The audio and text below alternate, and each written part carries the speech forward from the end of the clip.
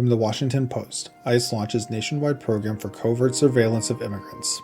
ICE has launched a nationwide program to covertly track and photograph 1.5 million undocumented immigrants using private contractors, aiming to boost raids and deportations. But top contractor Capgemini, a French tech giant, is pausing its $365 million deal after pressure from French officials, calling it outside their usual scope. Critics say this outsources coercive power to unaccountable private firms, while ICE insists it's just verifying addresses legally. Other contractors like military firms are still on board. This could accelerate enforcement but raises privacy and accountability concerns amid ongoing protests. From the Associated Press, protesters closed schools and stores during a nationwide strike against Trump's immigration policies. Across the U.S., protesters staged a no work, no school, no shopping strike Friday against Trump's immigration policies sparked by recent killings during enforcement actions. Schools in states like Arizona and Colorado closed preemptively. High schoolers walked out in Michigan and Georgia, braving freezing temps to demand justice. Businesses shut down or donated proceeds to immigrant aid groups, while in Maine, locals celebrated the end of an ICE surge with rallies. In LA, agents used chemical sprays on crowds. A Nebraska student was hit by a vehicle at a protest. Outrage grows over tactics. From CNN, Kristi Noem treated FEMA as an adversary, then came a massive winter storm. Homeland Security Secretary Kristi Noem, a vocal FEMA critic, surprised staff by rallying them at HQ ahead of a massive winter storm hitting the U.S. After vowing to downsize the bloated agency and firing hundreds, she paused dismissals and pushed a full federal response pre-positioning aid. Insiders called it a 180 from her adversarial stance, especially after delays in past disasters like Texas floods. Morale boosted temporarily. Amid immigration backlash, Noem praised FEMA's work, but long-term cuts remain uncertain as another storm looms. From ABC News, DOJ releasing 3 million pages of Epstein files didn't protect Trump, Deputy AG says. The DOJ released 3 million pages from Jeffrey Epstein's files Friday, including 2,000 videos and 180,000 images under a new Transparency Act. Deputy AG Todd Blanche denied protecting anyone, including Trump, whose name appears often in new clips. Withheld pages protect victims and ongoing cases. But survivors' lawyers say victims' names were unredacted by mistake, causing harm. FBI interviews detail abuse networks involving Maxwell and others. New info includes Epstein's will distributing millions, FBI charts of associates, and old emails with figures like Elon Musk about travel plans. From Dagans.com US, something isn't right. Expert weighs in on Trump's condition. At 80, President Trump faces health questions after Davos appearance showing hand bruising, sparking online speculation about his well-being. Expert physical therapist Adam James analyzed footage, suggesting signs of neurological decline like gait changes, slurred speech, and confusion. He speculates possible frontotemporal dementia, with symptoms like impulse control issues and limited vocabulary potentially progressing quickly. James estimates 2 to 4 years left if true, worsened by age and other conditions, despite top medical care. Trump claims he's strong. And as always, thank you for the like, comment, and subscription. From Rolling Stone, SNL cold open, bumbling ICE agents revealed just how bad they are at their jobs. In SNL's latest cold open, Pete Davidson plays Trump's border czar Tom Homan, who shows up in Minneapolis to whip a group of clueless ICE agents into shape after recent controversies. The agents fumble basic questions, like why they're in Minneapolis. One guesses Army, another just says pass. Homan reminds them their job is to detain criminal immigrants, but they've never heard that. Instead, they think they're there to wild out, or hunt Epstein files. Homan schools them on using force only when necessary, but answers like right away or preemptively miss the mark. Wrapping up, Homan calls out their incompetence, saying even he, the separating families guy, looks reasonable compared to them. From Raw Story, far-right influencer asks what Trump is hiding after new Epstein files drop. Far-right influencer Nick Fuentes, a Trump supporter turned critic, calls out the president after the DOJ releases 3 million Epstein files. Fuentes claims Trump and his DOJ lied for a year, saying the files didn't exist and only released them due to Congress forcing their hand. He asks, what else are they hiding? This follows Fuentes' frustration over Trump's softening on mass deportations, shifting from sweeping raids to targeted enforcement against criminals. Despite past dinners with Trump, Fuentes accuses him of capitulating to the left on immigration tactics. From New York Post, Democrats crush Republicans in race for Congress, clinch historic high in Fox News poll. A new Fox News poll shows Democrats leading Republicans 52% to 46% on the generic congressional ballot, the highest ever for any party in the survey's history. Dems dominate on affordability by 14 points, healthcare by 21, middle class help by 14, transgender issues by 22, and even taxes by 1. Republicans lead on border security by 15 and national security by 12. Trump's approval among independents is down 40 points, and recent losses like a Texas state Senate flip signal trouble for GOP in midterms. Despite financial edges, Republicans face historical midterm losses for the party in power, with Dems up 4.8 points in aggregates. From Salon, a wake-up call for white Americans. Recent ICE killings in Minneapolis, like those for Renee Good and Alex Preddy, highlight federal overreach, sparking protests and calls to abolish ICE. The author argues white Americans are shocked because it's happening to them, ignoring history of oppression against black, brown, and marginalized groups like slavery, Jim Crow, and mass incarceration. Polls show majority oppose Trump's immigration tactics, with 46% wanting ICE abolished. The killings of respectable white people echo civil rights strategies to sway white opinion. Calls for white Americans to move from allies to collaborators, protesting aiding immigrants, and embracing shared struggles for democracy. From Evening Standard, Jeffrey Epstein's sinister link with Putin revealed. Newly released Epstein files reveal thousands of messages linking him to Vladimir Putin, suggesting Epstein may have been part of a massive Kremlin honey trap operation. Emails discuss Epstein's meetings with Putin even after his 2008 conviction and ties to Russian mafia, monitored by U.S. intelligence for years. Connections traced back through Ghislaine Maxwell's father, Robert, suspected of spying and money laundering for Russia, with Epstein's help. Documents name high-profile figures in compromising positions, plus Epstein's contacts with Russian supporters and canceled Putin meetings amid global events. And as always, thank you for the like, comment, and subscription. From the Washington Post, apartment near ICE Center sues agency for making tenants' lives unbearable.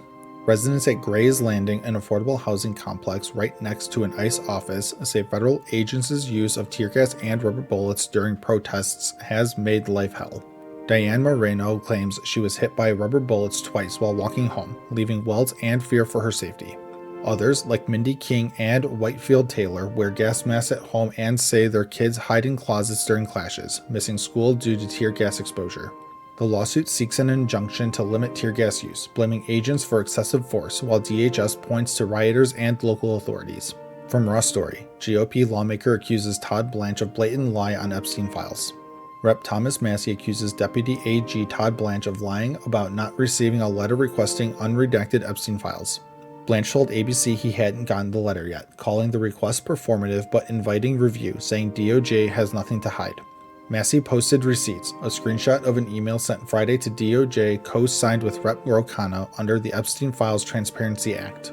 This follows DOJ's release of 3.5 million files amid claims of improper redactions defying the law Massie helped pass. From the Associated Press, out with the old, young Democrats are trying to convince voters to send a new generation to Congress.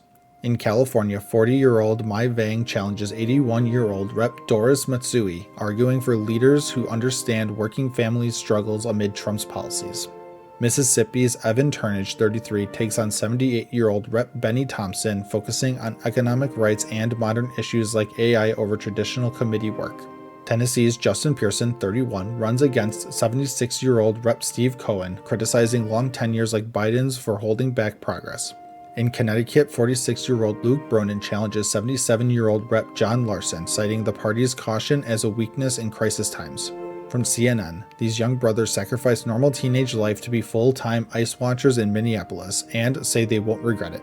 Homeschooled siblings Sam, 16, and Ben, 17, from Chicago now patrol Minneapolis filming ICE agents and warning communities during Operation Metro Surge.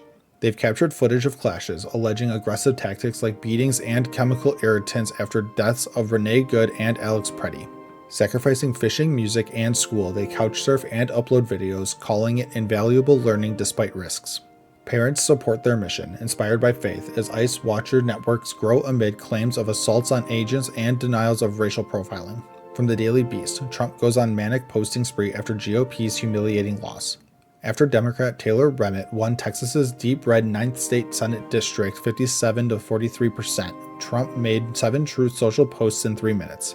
He reposted old endorsements, opinion pieces praising his policies, and a 1989 letter urging him to run for president. Trump shared a rendering of his planned Arc de Trump and endorsements for other races, ignoring the Texas loss he had backed. When asked, Trump claimed unawareness of the race he endorsed thrice, saying things like that happen in local elections. And as always, thank you for the like, comment, and subscription. From Sports Illustrated, Nelly Korda declared winner of LPGA season opener after controversial decision. Korda led after a third-round 64 at the Hilton Grand Vacations tournament, but winds and cold suspended play. The final round was canceled due to sub-freezing temps and hard grounds affecting shots, making it a 54-hole event. Korda won without playing Sunday, ending her 2025 drought, while second-place Amy Yang couldn't catch up in her remaining holes. Critics questioned the call as celebrities played on, but LPGA cited player safety. Korda prepared for a potential playoff. From the Christian Post, 1 million moms urges Christians to boycott Bad Bunny's Queer Icons Super Bowl halftime show. 1 million moms urges Christians to skip Bad Bunny's Queer Icons show at Super Bowl 60, calling it political and sexually charged. They promote TPUSA's alternative All-American halftime show, streaming on conservative platforms celebrating faith and family. NFL's Goodell called the choice carefully thought through for unity. Bad Bunny plans to honor drag and resistance, including wearing a dress. Critics like Corey Asbury and John Root see it as divisive. Trump called it terrible and won't attend the game. From Daily Mail, fired NFL head coach lands new job weeks after being axed following miserable season. Fired by the Atlanta Falcons after 2 8-9 seasons, Morris is now the San Francisco 49ers defensive coordinator. He replaces Robert Saleh, who left for Tennessee. Morris and 49ers coach Kyle Shanahan have history from past teams. Morris succeeded as Rams DC from 2021 to 23, winning a Super Bowl. He's been a head coach in Tampa and interim in Atlanta. This is San Francisco's 5th DC in 5 years, aiming for stability after injuries and coaching changes. From TV Line, 5 worst Super Bowl halftime shows ranked. Number 1, Maroon 5 2019. Controversy over Kaepernick solidarity, Adam Levine's awkward moves, and poor vocals made it a mess. Number 2, Disney shows 1991, 95, 2000. Bizarre themes like Indiana Jones rides and pitchy performances tanked these millennial celebrations. Number 3, Janet Jackson, Justin Timberlake 2004. Wardrobe malfunction fallout unfairly hit Jackson. Mismatched acts and cultural issues marred it. Number 4, Blues Brothers 1997. Outdated act promoted a flop movie. Number 5, Black Eyed Peas 2011. Audio fails and low energy but innovative lights. From Celeb Tattler, NFL owner fears Trump backlash over Bad Bunny's Super Bowl halftime. An NFL owner warned Commissioner Goodell that Trump's criticism of Bad Bunny could spark backlash. Trump dismissed the choice, claiming unfamiliarity. The owner feared it might affect federal approval for NFL's ESPN stake deal. Despite concerns over antitrust review and billions at stake, the league stands by Bad Bunny as a global draw for new viewers. The halftime aims for a fresh direction, but internal debates highlight timing risks amid political noise. And as always, thank you for the like, comment, and subscription. From Raw Story, Epstein texts revive claims Trump ditched family to spend holidays with aide. Newly released texts from Jeffrey Epstein to Steve Bannon in 2019 suggest Donald Trump skipped family time during the 2018 holidays to be with his aide Madeleine Westerhout. This echoes claims from biographer Michael Wolff about Trump staying at the White House amid a government shutdown for the same reason. Westerhout has denied any affair, and Trump hasn't commented, but the texts show the rumor was known in his inner circle. The story revives old speculation without new evidence, keeping the focus on Trump's personal life. From the Daily Beast, Newsom sharpens knife for ICE Barbie as he digs up fraud issues. California Governor Gavin Newsom's office posted on X about fraud cases in South Dakota under former Governor Kristi Noem, now DHS Secretary. Highlights include a $71 million organic scam leading to prison time and former state employees indicted for fraud. Another case involved a $1.8 million theft from Child Protection Services, with the perpetrator sentenced to 13 years. Trump countered by mentioning fraud probes in California, while Newsom's team defended their anti-fraud efforts. From Esquire, Tulsi Gabbard is every bit of the grifter we thought she was. A highly classified whistleblower complaint alleges wrongdoing by Director of National Intelligence Tulsi Gabbard, sparking delays in sharing it with Congress. The complaint could damage national security if disclosed and involves another agency, possibly the White House. Gabbard's office calls it baseless and politically motivated. The Inspector General found some allegations not credible, others undetermined. Experts note the unusual delay with ongoing disputes over handling the complaint. From the Western Journal, LAPD chief refuses to enforce Gavin Newsom's crackdown on ICE agents. It doesn't make any sense. LAPD Chief Jim McDonnell says his department won't enforce Governor Gavin Newsom's No Secret Police Act, which bans federal agents from wearing masks. He argues it's impractical and unsafe for one armed agency to confront another over a minor violation. The law, effective January 1st, responds to ICE activities. It's facing legal challenges from the Trump administration. LA County Sheriff's Department also won't enforce it, citing federal supremacy over immigration. From the Washington Post, international companies cut off business in the U.S. because of ICE. French firm Capgemini is selling its U.S. unit after concerns over a $365 million ICE contract for tracking undocumented immigrants.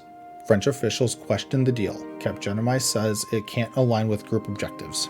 Canadian Jim Pattison Group halted a property sale to ICE amid backlash. Hootsuite faces protests but defends its social media contract. This follows recent U.S. events with companies rethinking ties amid political pressure. And as always, thank you for the like, comment, and subscription. From Cleveland Browns community, imagine paying $160 for this garbage. Fanatics and NFL face severe fan backlash over poor Super Bowl merchandise. Fans slam Fanatics for $160 Super Bowl jerseys that look like knockoffs, missing patches for Seahawks anniversaries. Complaints include poor quality and availability. Some call it a crime against humanity. Fanatics apologized, promised more stock, and assured jerseys match Nike standards despite photos. Backlash continues, with fans vowing to make their own boycott citing past issues. From Fox News, NBC's Savannah Guthrie to pull out as host of Winter Olympics opening ceremony as mother remains missing. NBC's Savannah Guthrie is stepping back from hosting the 2026 Winter Olympics opening ceremony due to her mother's disappearance. 84-year-old Nancy Guthrie was last seen in her Arizona home. Authorities treat it as a crime scene. She didn't leave voluntarily. Foul play isn't ruled out, and her family reported her missing after a church absence. The Olympics run February 6th through the 22nd. NBC hasn't commented on hosting changes. From the Associated Press Sports, don't tune into the Super Bowl hoping for a break from politics. Pressure on NFL to denounce ICE presence at the game. Over 184,000 signed a petition against it. Halftime star Bad Bunny, critical of Trump, may address issue. Trump calls him a terrible choice. DHS won't confirm ICE at the event. Officials say no enforcement planned, but concerns linger. Goodell praises Bad Bunny. The game follows recent tensions over immigration tactics. From Sports Illustrated, Tom Brady explains why he won't be rooting for the Patriots in the Super Bowl. Tom Brady won't root for the Patriots or Seahawks in Super Bowl 60, calling it a new chapter for New England. He led Pats to victory over Seahawks in 2015. Now a Raiders owner, he roots for people, not teams. Praises the Vrabel era bringing Pats back after a hiatus, no dog in the fight. Predicts Seahawks win 6 of 10 hypothetical matchups, focuses on his varied career phases. From Atlanta Black Star News, I had no idea. Russell Wilson comes out swinging after Trump's team drags him and Ciara into Epstein files, and he's done playing nice. Russell Wilson and Ciara named in Epstein files via emails about Wilson considering buying Epstein's plane in 2019. Pilot discussed a $3.2 million deal, mentioning photos with Ciara. Wilson never bought it. Wilson denied any meeting or knowledge of Epstein, calling it a random broker's pitch. Files also mention others, speculation ties to distracting from Trump's Epstein connections, which he denies. And as always, thank you for the like, comment, and subscription. From USA Today, Ryan Ruth sentenced to life for attempting to assassinate President Trump. Ryan Ruth, 59, has been sentenced to life in prison for trying to assassinate President Trump at his Florida golf course in September 2024. A Secret Service agent spotted Ruth's gun and fired, chasing him away. No one was hurt, but it was a close call just months after another attempt on Trump's life. A jury convicted him of attempted assassination, assaulting an officer, and firearm charges. Ruth represented himself, claiming it was a peaceful protest and he couldn't pull the trigger. Prosecutors pushed for life, overriding his plea for 27 years. After conviction, Ruth even tried to harm himself in court. From News, judge uses Noam's own words against her in scathing ruling. A federal judge blocked DHS Secretary Kristi Noem's attempt to end temporary protected status for over 350,000 Haitians in the U.S. granted after the 2010 earthquake. Judge Anna Reyes slammed Noem for ignoring facts and law, using her own harsh ex-post against her, where she called for a travel ban on countries flooding the U.S. with killers and leashes. The ruling criticized Noem for not consulting agencies and harassing immigrants, saying she pounds acts instead of following procedure.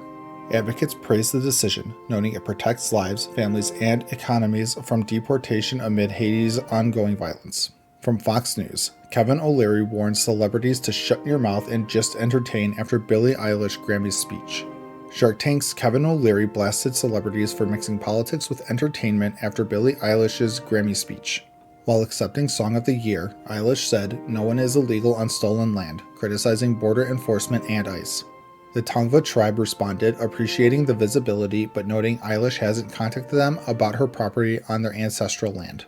O'Leary warned it could alienate half the fans and hurt business, advising stars to shut your mouth and just entertain. He guessed her agents are freaking out. From the Western Journal, every celebrity at the Grammys could learn a lesson from Jelly Roll's response to being asked about politics.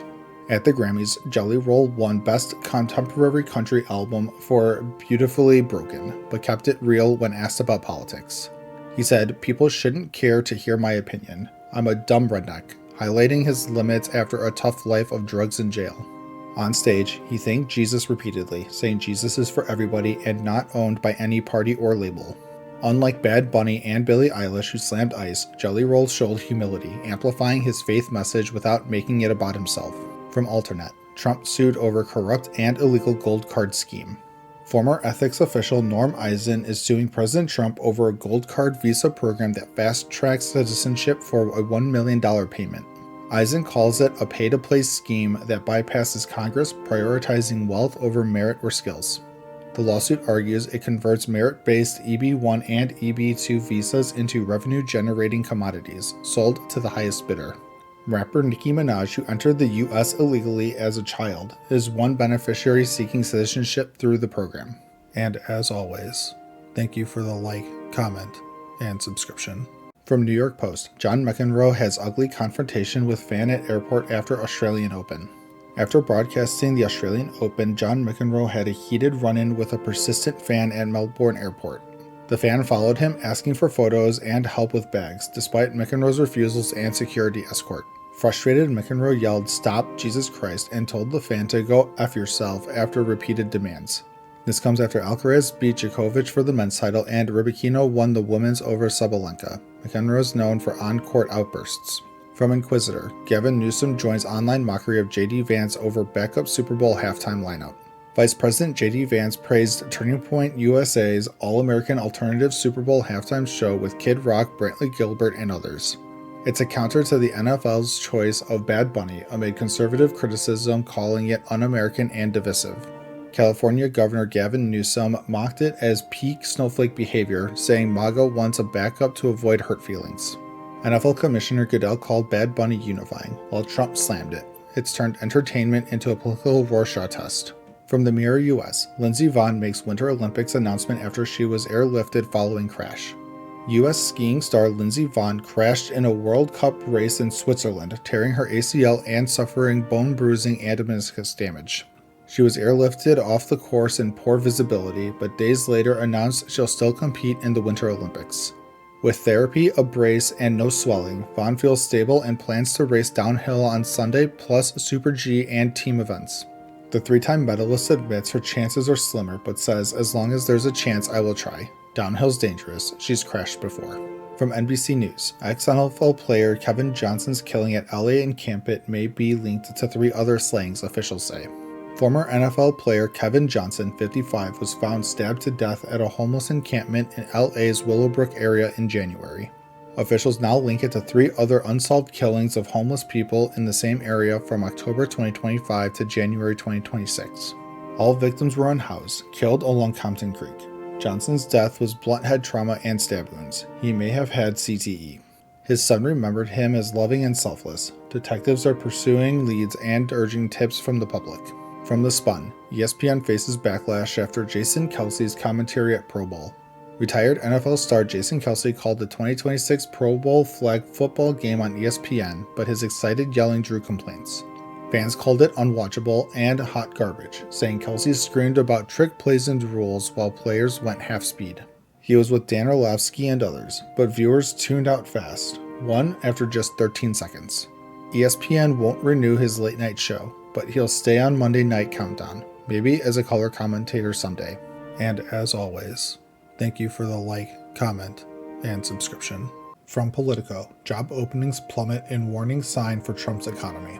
Job openings in December fell to their lowest since mid-2020, signaling companies are hiring less despite economic growth claims. Layoffs doubled from last year with over 108,000 cuts announced, and private job growth was a weak 22,000 jobs. Jobless claims also spiked. Experts say firms are doing more with less, but this hurts public perception and could challenge Trump's approval on the economy, already hit by inflation worries.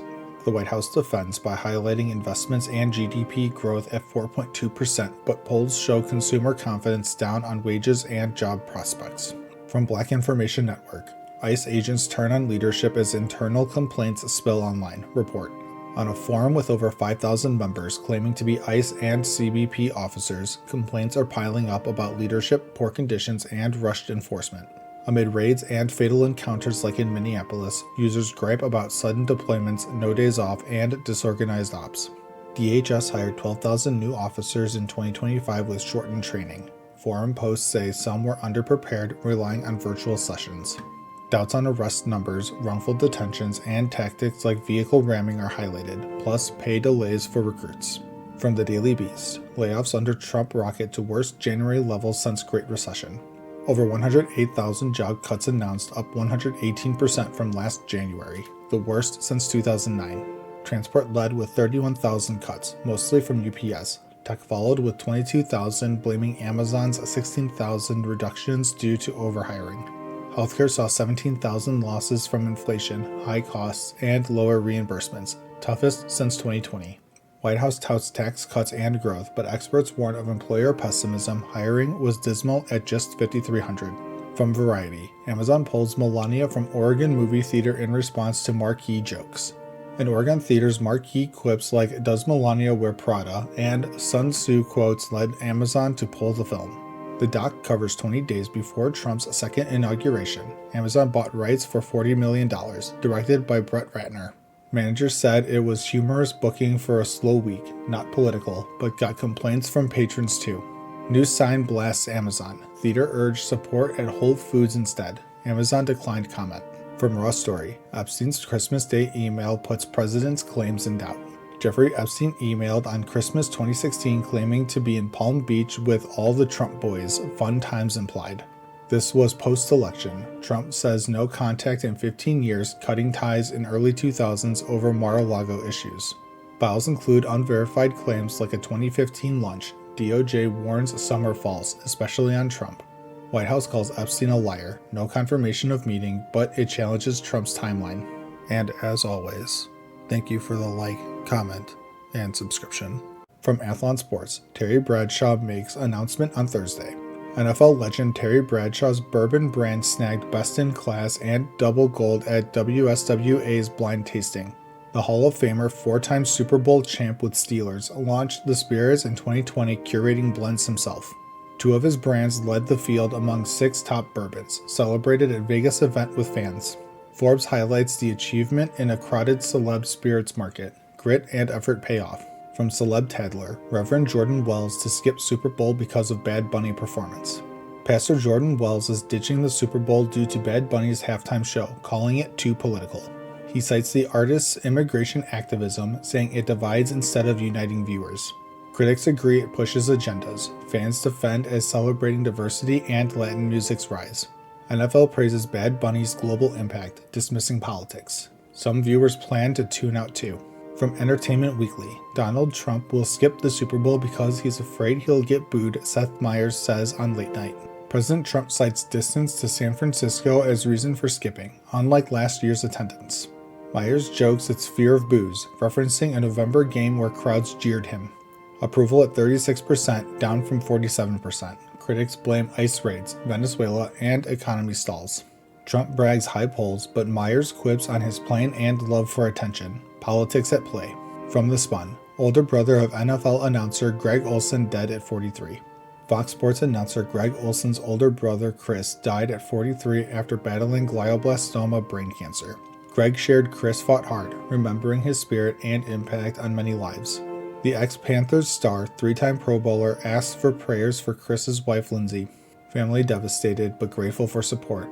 Lessons in living life fully from Chris. From News. Trump booed during national anthem. At the 2026 college football playoff in Miami, Trump appeared during the anthem, getting cheers and boos.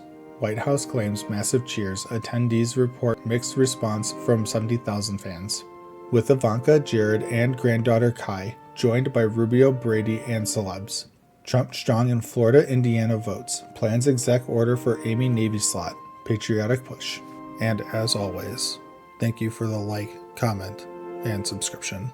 From the Associated Press, Fact Focus. Trump says tariffs have created an economic miracle. The facts tell a different story.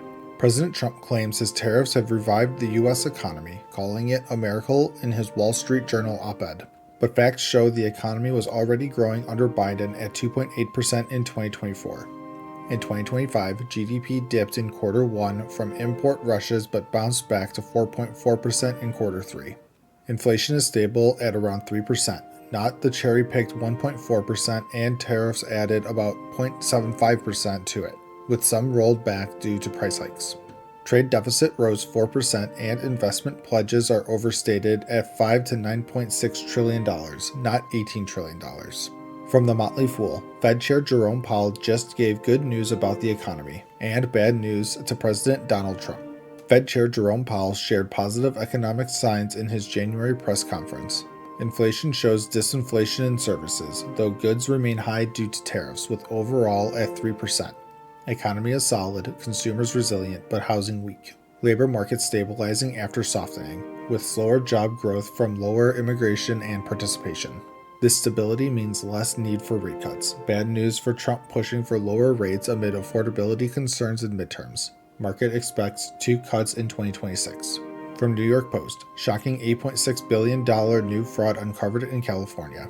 The Small Business Administration uncovered $8.6 billion in fraudulent COVID-era loans in California. Over 111,000 borrowers suspended for scams in PPP and economic injury loans meant for pandemic relief. SBA admin Kelly Loeffler blames California's policies for fostering fraud, similar to Minnesota's $400 million case where funding was frozen. Working with law enforcement to recover funds and hold fraudsters accountable under Trump admin. From the Daily Beast, Bondi busted hiding Trump goons' messages from the Epstein files. A watchdog group demands DOJ explain missing communications from Pam Bondi, Todd Blanche, and Kash Patel in Epstein files. The Epstein Files Transparency Act requires all unclassified records, but these officials' messages are absent, possibly withheld or destroyed. DOJ released 3.5 million pages but missed deadline. Trump's name appears 5,300 times, though he denies knowledge of crimes. Victims unhappy with redactions and errors. Trump says move on, but Inspector General urged to investigate compliance. From AFP, Epstein fallout triggers resignations probes. Jeffrey Epstein's network has led to resignations and investigations for several high-profile figures. WEF's Borge Brende under review for dinners with Epstein. Norway's Thorbjorn Jagland probed for corruption links. Mona Juul suspended. Dean Kamen leaves board. Brad Karp steps down from law firm. Miroslav Lachuk resigns. Caroline Lang quits group. George Mitchell's name dropped from Institute. Steve Tisch and Casey Wasserman face scrutiny. And as always, thank you for the like, comment, and subscription. From ESPN, Matthew Stafford wins NFL MVP in closest vote since 2003. Rams quarterback Matthew Stafford won NFL MVP, edging Patriots' Drake May 366 to 361 points in the closest vote since 2003. At 37, he's the oldest first-time MVP winner, with 4,707 yards, 46 touchdowns, 8 interceptions, leading Rams to a 12-5 record. Announced return for 2026 and acceptance speech with family. May had stellar year with 113.5 rating, 72% completion. Josh Allen III, Stafford's first MVP for non-top seed quarterback since 2012. From Musket Fire, NFL just robbed Patriots quarterback Drake May of the 2025 MVP award. Patriots quarterback Drake May lost MVP to Matthew Stafford in close vote seen as a robbery by some. May led Pats to 14-3 AFC East title, with top stats in rating, completion, yards per attempt. Critics say Stafford's win is lifetime achievement. Rams stacked, but Pats rely on May. Close vote adds motivation for May in Super Bowl vs. Seahawks. From Lifestyle on SI, Jackson Dart's mom Kara steals spotlight in daring outfit at NFL Honors. Giants quarterback Jackson Dart attended NFL Honors with family and girlfriend Marissa Ayers. Dart nominated for Offensive Rookie of the Year but lost to Tatoira McMillan. His mom Kara turned heads in a brown dress on red carpet. Social media buzzed about her outfit, Dart and Sketabo promising for Giants. From Sports Illustrated, Donald Trump's ice mess has spilled over, staining Team USA's Winter Olympics. Trump's ice policies spark protests at Milan Winter Olympics. Italians protest ice presence, U.S. invasions and threats like to Greenland echo Russia's Ukraine ban. USOPC denies ICE agents there, but past actions fuel distrust. Athletes caught in political crossfire. Concerns for 2028 LA Games visas. Credibility issues affect Team USA. From On3, Eric Dickerson doubles down on Bad Bunny criticism ahead of Super Bowl halftime show. Hall of Famer Eric Dickerson reiterates criticism of Bad Bunny as Super Bowl halftime performer. Says NFL should choose local English-speaking artists from San Francisco area. Notes Puerto Rico is a territory without voting rights. Calls NFL corrupt for money-driven decisions. Bad Bunny's Ice Out Grammy speech adds to backlash. Performed Sunday at Pats Seahawks game. And as always, thank you for the like, comment, and subscription. From News, Trump impeachment petition hits milestone. A petition calling for President Trump's impeachment has crossed 100,000 signatures organized by Blackout the System, citing misconduct in areas like immigration and the economy. It urges all government branches to pursue accountability, though it doesn't mandate a White House response unlike past platforms. The White House dismissed it as minuscule compared to Trump's voter base, labeling critics as having Trump derangement syndrome. This comes amid rising calls for impeachment, recalling Trump's 2 prior impeachments over Ukraine and January 6 events. From 2 paragraphs, Marjorie Taylor Greene joins Matt Gaetz to support Hillary Clinton's challenge. House Oversight Chair James Comer is threatening contempt charges against Bill and Hillary Clinton for ignoring subpoenas linked to Epstein files. The Clintons demand public testimony to prevent selective editing, a stance surprisingly backed by Republicans like Marjorie Taylor Greene and Matt Gaetz. Greene shared Clinton's post emphasizing transparency, while Gaetz quipped, "I'm with her," on the public hearing request. This contrasts Comer's past pursuits of the Biden family, which spotlighted issues but yielded no charges against Joe Biden. From Raw Story, another GOP lawmaker quits. Nevada's sole Republican congressman announces retirement. Rep. Mark Ameti, Nevada's only Republican in Congress, announced he won't seek re-election after 15 years, citing it's time to pass the torch. His district covers northern Nevada, including Reno and rural areas, and has been a GOP stronghold, though now it's narrowly favorable. Amoti mostly voted party line, but notably supported investigating Trump's Ukraine actions in 2019 before voting against impeachment. This adds to a series of GOP retirements, potentially opening the seat to Democratic challenges in upcoming elections. From the Washington Post, Epstein built ties to Russians and sought to meet Putin, files show. Newly released Justice Department files revealed Jeffrey Epstein's ties to Russian officials and oligarchs, including repeated attempts to meet Vladimir Putin. Epstein sought introductions through intermediaries like former Norwegian Prime Minister, but no meeting occurred. He also befriended figures like Sergei Belyakov and Oleg Deripaska. He aided Russia's UN rep's son and enlisted a pro-Kremlin activist for PR. Poland launched an inquiry into possible intelligence links. The Kremlin dismissed allegations as jokes, while files show Epstein discussing business and politics with his Russian contacts. From ABC News, judge orders 3 families returned to U.S. after finding DHS used lies to deport them. A federal judge ordered the return of 3 immigrant families deported despite protections from a 2023 settlement on family separations. Separated under Trump's zero-tolerance policy, they were meant to have legal status but were removed using lies, deception, and coercion. One mother was threatened with her children being fostered or adopted if she didn't self-deport. The government must cover return costs. Judge Sabra called the removals unlawful, making the settlement protections illusory. DHS hasn't commented yet. And as always, thank you for the like, comment, and subscription. From the Motley Fool, prediction: the Trump bull market will come to an abrupt end from an unlikely source, the Federal Reserve. Wall Street has loved Donald Trump in the White House. His first term delivered huge gains: Dow up 57%, S&P 500 up 70%, NASDAQ up 142%. In his second term, the rally continues, up 13 to 18% already. Tax cuts fueled record buybacks over $1 trillion, plus AI hype and strong earnings pushed indexes to new highs. But now an unlikely threat: deep divisions at the Federal Reserve. Recent meetings show rare opposing dissents on rate cuts, eroding investor confidence. With markets at near record valuations and uncertainty around Powell's replacement, even small Fed moves could slam the brakes on the bull run. From Variety, Newsom declares Super Bowl Sunday to be Bad Bunny Day in California, trolls Kid Rock for being banned in state. California Governor Gavin Newsom just declared Super Bowl Sunday Bad Bunny Day in the state, praising the Puerto Rican superstar's voice and looks ahead of his halftime show. Bad Bunny, the world's most streamed artist in 2025 and first Spanish-language Album of the Year Grammy winner, will headline at Levi's Stadium. Newsom posted in all-caps Trump style, celebrating Spanish and Puerto Rico. He also trolled Kid Rock, who's headlining a rival conservative All-American halftime show by Turning Point USA, joking that Kid Rock is banned in California after artists dropped from his festival. The NFL choice sparked backlash from some MAGA supporters over Bad Bunny's language and politics, turning halftime into political theater. From Newsweek, Democrat wins election comfortably in Big Donald Trump district. In Louisiana House District 60, a district Donald Trump won 56-43 in 2024, Democrat Chastity Verrett Martinez just won comfortably with 62% of the vote against Republican Brad Daigle.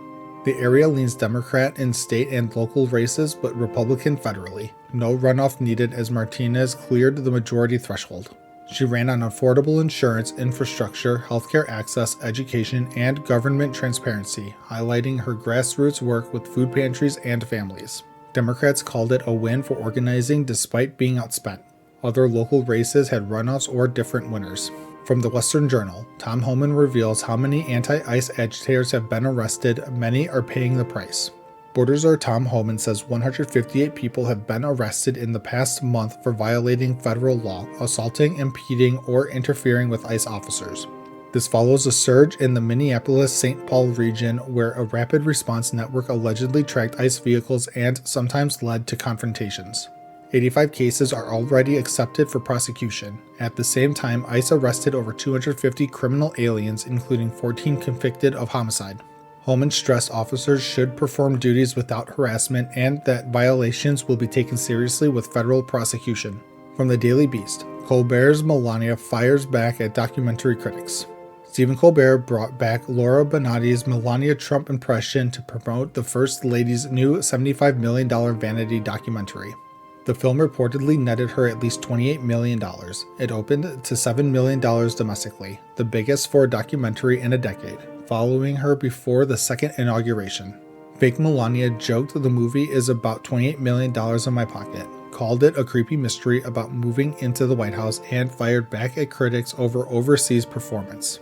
She even claimed a FIFA Oscar for Best Actress to poke fun at the reviews.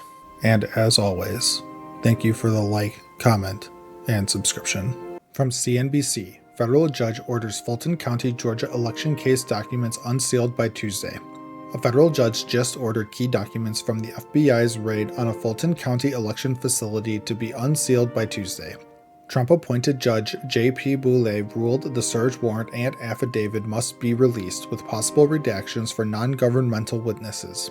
The late January raid seized 2020 ballots, prompting a lawsuit from county officials seeking their return. The move has fueled debate. Trump allies question past election integrity, while Democrats warn of potential future interference.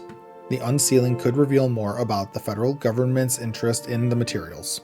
From Forbes, new Epstein files as powerful connections, possible deals with banker Farkas and Commerce's Lutnick. The Justice Department released millions more Epstein files uncovering communications and alleged business ties with high-profile names. New details include emails with merchant banker Andrew Farkas on a yacht harbor deal, business links with Commerce Secretary Howard Lutnick, and past email exchanges with Elon Musk about island visits. Musk says he declined invitations. Other mentions involve Bill Gates, World Economic Forum's Borge Brende, and various billionaires and celebrities. Most named individuals deny wrongdoing and say they regret any association. The files also contain victim interviews and ongoing investigations. From the Daily Beast, secret ICE arrest data blows up Trump's worst of the worst claim. Internal DHS data reveals fewer than 1 in 7 ICE arrests since Trump's return involved violent criminal charges. Of nearly 393,000 arrests, 42% had no prior criminal charges or convictions, and many involved only civil immigration violations. Violent crimes like homicide made up just 0.5%. The administration has emphasized targeting serious offenders, but the numbers show a broader sweep, drawing criticism from opponents. Supporters argue it's necessary for overall enforcement.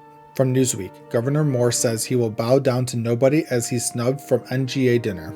Maryland Governor Wes Moore called his sudden disinvitation from the National Governors Association White House dinner blatant disrespect.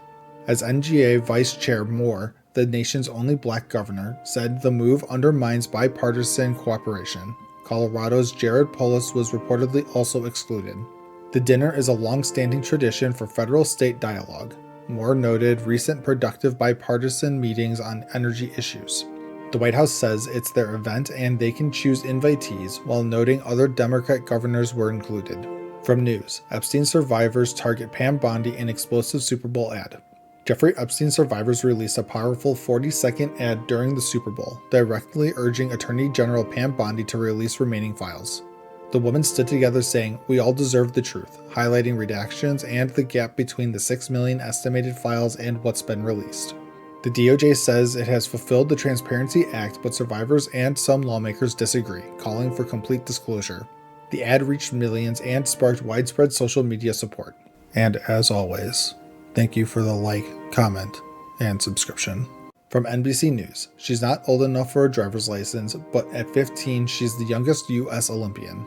At just 15, freestyle skier Abby Winterberger is the youngest American athlete at the 2026 Winter Olympics, and she's not even old enough to drive. Her fearlessness showed early. As a tiny kid, she dove headfirst down a huge water slide when told she was too short. From backyard jumps during the pandemic to World Cup podiums, her gymnastics background and determination got her here.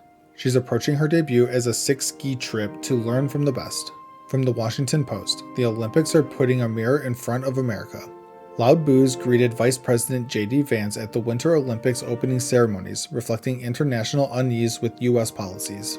Several Team USA athletes used the platform to voice concerns about domestic issues, especially immigration enforcement.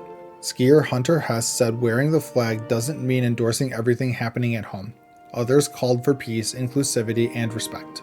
President Trump criticized one athlete publicly. From the Associated Press, U.S. figure skater Amber Glenn faces backlash over politics and copyright issues after Olympic gold. U.S. figure skater Amber Glenn won Olympic team gold but faced immediate backlash over her comments on politics and LGBTQ+ rights. She spoke of threats received after discussing challenges for the queer community under the current administration. Adding to it, the artist behind her free skate music publicly objected to its use without direct permission. Fellow skaters and fans rallied in her defense, praising her performance. From Parade, Tom Brady reacts to Bad Bunny's performance with Lady Gaga's Super Bowl halftime show.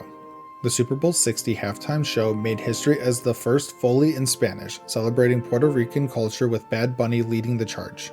Surprise guest Lady Gaga joined for a salsa-style Die With a Smile alongside Ricky Martin and other stars.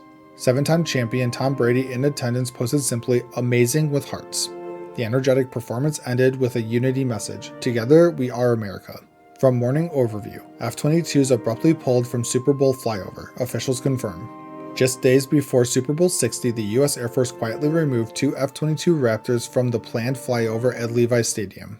The stealth fighters had been heavily advertised and even featured on commemorative patches, but officials say the change was due to real-world operational demands, not a mistake.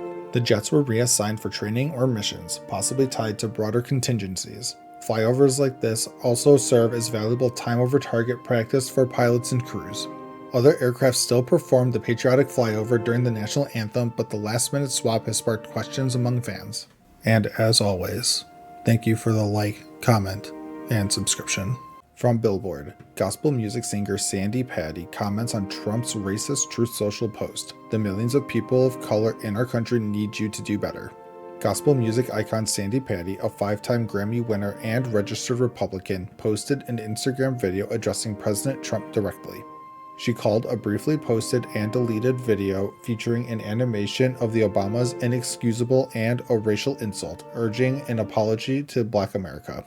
Patty, who has a son of color, said the buck stops with Trump and that millions of people of color need him to do better. Artists like CeCe Winans, Sheryl Crow, and Kristen Chenoweth praised her message.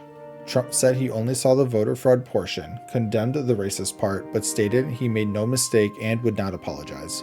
From NBC News, GOP Senator Lisa Murkowski comes out against Trump's election bill with a warning to her party. Alaska Senator Lisa Murkowski became the first Republican senator to oppose President Trump's SAVE Act, which requires proof of citizenship to vote nationwide. She reminded colleagues that Republicans unanimously opposed similar federal election reforms under Biden, arguing they federalize elections best left to states. Murkowski warned that imposing new rules now, with Election Day approaching, could disrupt state preparations and actually harm election integrity. The bill has strong GOP support but needs 60 Senate votes. Democrats have vowed to block it. From Miami Herald, Trump told Palm Beach police chief everyone knew about Epstein. Maxwell was evil. Newly reported 2019 FBI notes reveal that in July 2006, Donald Trump called Palm Beach Police Chief Michael Reiter about Jeffrey Epstein. Trump reportedly said everyone knew Epstein's activities with teenage girls, called Ghislaine Maxwell his evil operative, and claimed he left when teens were present and later banned Epstein from Mar-a-Lago. This contrasts with Trump's 2019 public statements that he had no knowledge of the crimes. An FBI official said they have no corroborating evidence of the call. The details emerged as Maxwell testified before Congress and seeks clemency. From Atlanta Black Star News, you can see it all over his face. Trump looks like he took a beating, but his explanation has fans wondering what really happened and how bad it was. President Trump described his recent Davos trip as receiving possibly the stupidest invitation Switzerland ever gave. Images of a visibly tired and haggard-looking Trump sparked online comments that he appeared beat up or jet-lagged from the unwelcoming reception. He mentioned a message in the snow telling him to leave and criticize Switzerland's direction, while boasting about other deals. Supporters framed it as Trump crashing the elite party. Others saw genuine discomfort. From Newsweek, Republican calls for dramatic action against NFL NBC after halftime show. Republican Congressman Randy Fine called Bad Bunny's Super Bowl halftime show disgusting and illegal, demanding fines and license reviews for the NFL and NBC. President Trump labeled it one of the worst ever, an affront to America, criticizing the Spanish lyrics and dancing as inappropriate for children. The NFL defended the choice as unifying, and the Puerto Rican artist's all-Spanish performance reportedly drew record viewership. Fine argued the content would have faced harsher consequences if performed in English. And as always, thank you for the like, comment, and subscription. From the Associated Press, judge rules 7-foot center Charles Bediako is no longer eligible to play for Alabama. An Alabama judge denied 7-foot center Charles Bediako's injunction request, ending his mid-season eligibility with the Crimson Tide. The former G League player had joined under a temporary order despite prior professional experience after leaving for the 2023 NBA draft. NCAA President Charlie Baker praised the ruling, saying college sports should be for students, not pros trying to hit undo. Alabama expressed disappointment and called for consistent NCAA rules after granting eligibility to over 100 similar players. From New York Post, Eileen Gu, American-born Olympic star who competes for China, slams Trump for criticizing skier Hunter Hess. Eileen Gu, the American-born Olympic champion competing for China, criticized President Trump's attack on U.S. skier Hunter Hess. Hess voiced mixed emotions about representing the U.S. amid policy disagreements, particularly immigration. Trump called him a loser and said not to root for him. Gu said the Olympics should focus on unity, not politics. Chloe Kim defended athletes' right to express opinions. Gu, who faced her own backlash for choosing China, empathized with athletes caught in the spotlight. From HuffPost, GOP Senate candidate mocked for strange admission in Super Bowl halftime post. Minnesota GOP Senate candidate Michelle Tafoya sparked online mockery after posting she'd do something new during Super Bowl halftime, fold laundry. The former NFL sideline reporter's admission that she had never folded laundry before was widely seen as out of touch. This is the second time her social media drew criticism, following a video claiming NFL sidelines taught her leadership. The post aimed to be relatable but became prime material for snark. From For the Win, video showed why Drake May skipped Super Bowl handshake with Sam Darnold. After the Patriots' Super Bowl loss, video captured quarterback Drake May looking for Seahawks quarterback Sam Darnold to shake hands. In the frenzy of celebrations, media, families, and falling confetti, May couldn't locate Darnold amid the scramble. A staffer guided him away after he shared a moment with another Seahawk. Any handshake likely happened privately. It echoed Tom Brady's past post-game habits but appeared unintentional due to the chaos. From the Mirror US, Rick Pitino makes his feelings perfectly clear on Bad Bunny and addresses him directly. St. John's coach Rick Pitino had a glowing reaction to Bad Bunny's Super Bowl halftime show. The veteran coach, who once coached Puerto Rico's national team, called it awesome and directly invited the artist to sit on the Johnny's bench anytime. This followed big wins for his team, including an upset over UConn and a victory over his son Richards' Xavier squad. Pitino ended his post with Viva Puerto Rico, a positive note amid widespread criticism. And as always, thank you for the like, comment, and subscription. From Atlanta Black Star News. What an imbecile. Canada's Prime Minister takes the high road as Trump's threat to block project backfires. Now he faces blowback that could cost Americans. President Trump threatened to block the new Gordie Howe International Bridge between Detroit and Windsor unless Canada gives the U.S. ownership and compensation. Prime Minister Mark Carney responded measuredly, pointing out Canada financed the project. It's jointly owned with Michigan, and American workers and steel were used. Trump cited unfair trade and claimed little U.S. benefit, even though his first term supported the bridge as a vital economic link. Local leaders in Michigan and Windsor warned the move could raise costs, disrupt supply chains, and hurt jobs on both sides.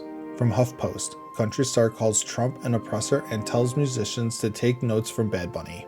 Country artist Charlie Crockett went viral after calling President Trump an oppressor and a draft dodger in a strong Instagram post. He urged the country music world to learn from Bad Bunny, praising the Puerto Rican star for proudly showcasing his culture and heritage. Crockett also criticized Elon Musk and Peter Thiel, arguing that true freedom means fighting for the poor and rejecting mental slavery. The two-time Grammy nominee said rights are earned through struggle, not handed down. From Fortune, it turns out that Joe Biden really did crush Americans' dreams for the future. Just look at how the vibe changed 5 years ago. A new Gallup poll reveals American optimism for a high-quality life in the next 5 years has dropped to its lowest level in nearly 20 years. The sharpest decline happened during the 2021 to 2023 inflation surge, hitting affordability of food, gas, and housing hard. Even after inflation cooled, pessimism remains, partly fueled by political partisanship and a K-shaped recovery. Hispanics saw the biggest drop, followed by white and black adults. Job confidence and future outlook are both suffering. From Politico, judges may have found a way to bypass Fifth Circuit ruling upholding Trump's mass detention policy. Some Texas federal judges are working around a Fifth Circuit ruling that backed the Trump administration's mass detention of immigrants targeted for deportation. The judges cite constitutional due process rights for long-term residents with deep U.S. ties, even without criminal records. The appeals court supported broad detention powers, but district judges say it doesn't eliminate liberty interests requiring hearings. This creates ongoing legal friction as habeas cases continue across different circuits. From News Nation, Epstein doc shows what Trump allegedly said after throwing him out of Mar-a-Lago. Newly released 2020 FBI documents describe a 2006 call where Donald Trump contacted Palm Beach police about Jeffrey Epstein. According to the report, Trump said he had thrown Epstein out and told the chief, "Thank goodness you're stopping him, everyone has known." Trump reportedly also called Ghislaine Maxwell evil and urged investigators to focus on her. The White House says this matches Trump's long-standing account of cutting ties with Epstein years before his arrest. And as always, thank you for the like, comment, and subscription. From USA Today Sports, snowboarder removed by emergency sled after major crash in women's halfpipe. Chinese snowboarder Zhao Liu crashed hard on her final qualifying jump in the women's halfpipe at the 2026 Winter Olympics. She caught an edge, fell backward, and somersaulted, requiring several minutes of medical attention before being taken out on a sled. Liu was fighting for a final spot. Initial reports suggest the injury involved head impact rather than her spine. The competition was paused as medical staff responded quickly. From Sports Illustrated, Team USA women take gold and silver in women's moguls at 2026 Winter Olympics. Team USA dominated the women's moguls at the 2026 Winter Olympics. Liz Lemley took gold and Jalen Koff earned silver. The 20-year-old Lemley won in her Olympic debut with a score of 82.3, building on her youth Olympic golds. Koff, 29, repeated as silver medalist from 2022. France's Perrine Lafont took bronze. The strong showing puts the U.S. third overall in medal standings. From the Daily Express, bitter Kid Rock says no one remembers his Super Bowl performance because of Janet Jackson. Kid Rock appeared on Fox News and said few remember his 2004 Super Bowl performance because of Janet Jackson's infamous wardrobe malfunction. He performed alongside Jackson, Justin Timberlake, and others when the incident happened during their set. Rock also discussed the NFL's later shift toward different halftime acts after the Kaepernick protests. He highlighted what he sees as double standards in how the event was handled. From The Independent, the odds are in on next year's Super Bowl halftime performer. Betting odds for the 2027 Super Bowl halftime show have Miley Cyrus as the clear favorite at plus 310. Fans love her genre-crossing hits, from pop to country to rock, and massive catalog of Billboard chart toppers. Cardi B sits at plus 440 and Taylor Swift at plus 490, with other names like Ariana Grande and Harry Styles also in the mix. The NFL usually announces the performer in September, so plenty of time for speculation after Bad Bunny's 2026 show. From Primetimer, did Apple Music fire Jay-Z over Bad Bunny's Super Bowl show? Viral $25 million year fallout claim debunked. A viral Facebook post claims Apple Music fired Jay-Z over Bad Bunny's Super Bowl performance and hit him with $25 million in fines. The story alleged vulgar lyrics were the reason, but is completely false. Jay-Z remains the NFL's halftime show executive producer and was seen enjoying the game with his daughters. The post came from a known satire misinformation page, and no such firing or fine exists. And as always, thank you for the like, comment, and subscription. From CNN, Trump admin removes pride flag from Stonewall National Monument. The Trump administration has removed the LGBTQ pride flag from the Stonewall National Monument, America's first national monument dedicated to LGBTQ rights. A new National Park Service directive limits flags at park sites to the U.S. flag or Interior Department flag, with exceptions for historical, military, or tribal flags. The Stonewall Inn was the site of the 1969 riots that sparked the modern LGBTQ movement. The bar's co-owner calls the flag historical, not partisan, and says they'll keep flying community flags on their private property. Local leaders and Democrats call it erasure. The administration says it's about policy consistency across national parks. From Who, What, Why, Bondi perjures herself in combative hearing. Attorney General Pam Bondi faces tough questions during a House Judiciary Committee hearing on the Jeffrey Epstein files. When asked about Ghislaine Maxwell's prison transfer, Bondi stated she was not moved to a lower-level facility. Records show Maxwell was transferred from a low-security to a minimum-security prison. Critics called the statement inaccurate and are raising perjury concerns. Bondi focused much on her testimony on attacking Democrats and highlighting other administration successes. Epstein victims were present, seeking answers on filed releases and redaction. From Newsweek, Democrats and Republicans issue H-1B warning to Kristi Noem. 100 bipartisan lawmakers are urging Homeland Security Secretary Kristi Noem to exempt the healthcare sector from the Trump administration's new $100,000 H-1B visa fee. They warn the fee could worsen staffing shortages in hospitals, especially rural and safety net facilities that rely on international doctors and specialists. Signed by Democrats like AOC and Republicans like Brian Fitzpatrick, the letter says the fee threatens patient care and hospital finances. The fee aims to protect American workers, but critics argue it hurts critical sectors like medicine. From the iPaper, the moment that showed how low Team Trump can go. Attorney General Pam Bondi testified before Congress on the Jeffrey Epstein files while victims sat in the room. Bondi largely deflected questions, attacked Democrats, and highlighted economic wins instead of addressing delays in filed releases and redactions. When asked to apologize for improper redaction of victim information, she declined and continued political attacks. Victims had hoped for answers on transparency and justice. Bondi chose to focus on partisan points. From NBC News, House passes Save America Act, sending Trump-backed election bill to the Senate. The Republican-led House passed the Save America Act 218-213, a major election reform bill backed by President Trump. It requires proof of citizenship in person for federal voter registration, photo ID to vote, and ID copies for mail ballots. Republicans call it common sense security. Democrats say it's voter suppression, noting non-citizen voting is already illegal and rare. The bill now heads to the Senate, where it faces opposition even from some Republicans over federal mandates on states. And as always, thank you for the like, comment, and subscription. From People, ex-MLB star Dan Serafini admits to being head of white guys group in prison. Former MLB pitcher Dan Serafini admitted in court that he led a group of white guys inmates while in jail. He confirmed ordering punishments, including making one inmate do 500 burpees, and said he participated too. Serafini, convicted of murdering his father-in-law, is seeking a new trial and also admitted to past insurance fraud, violating a restraining order, and drug use. Prosecutors played a recording where the victim identified him as the shooter. From Men's Journal, Elisa Liu Olympic medal broken. The story gets worse. U.S. figure skater Elisa Liu won Olympic gold, but her medal literally fell apart during celebrations. She said it dropped, got scratched, and dented. Rules required her to turn it in for repair. She couldn't keep the broken one she had grown attached to. Multiple athletes, including skier Breezy Johnson and the German biathlon team, reported the same issue. Organizers say they're investigating why medals are detaching from ribbons. From Newsweek, California bar faces backlash, review bombing for Super Bowl halftime move. A California sports bar switched from Bad Bunny's Super Bowl halftime show to Kid Rock concert, angering customers. Patrons said the abrupt change killed the vibe, leading many to leave and leave negative reviews.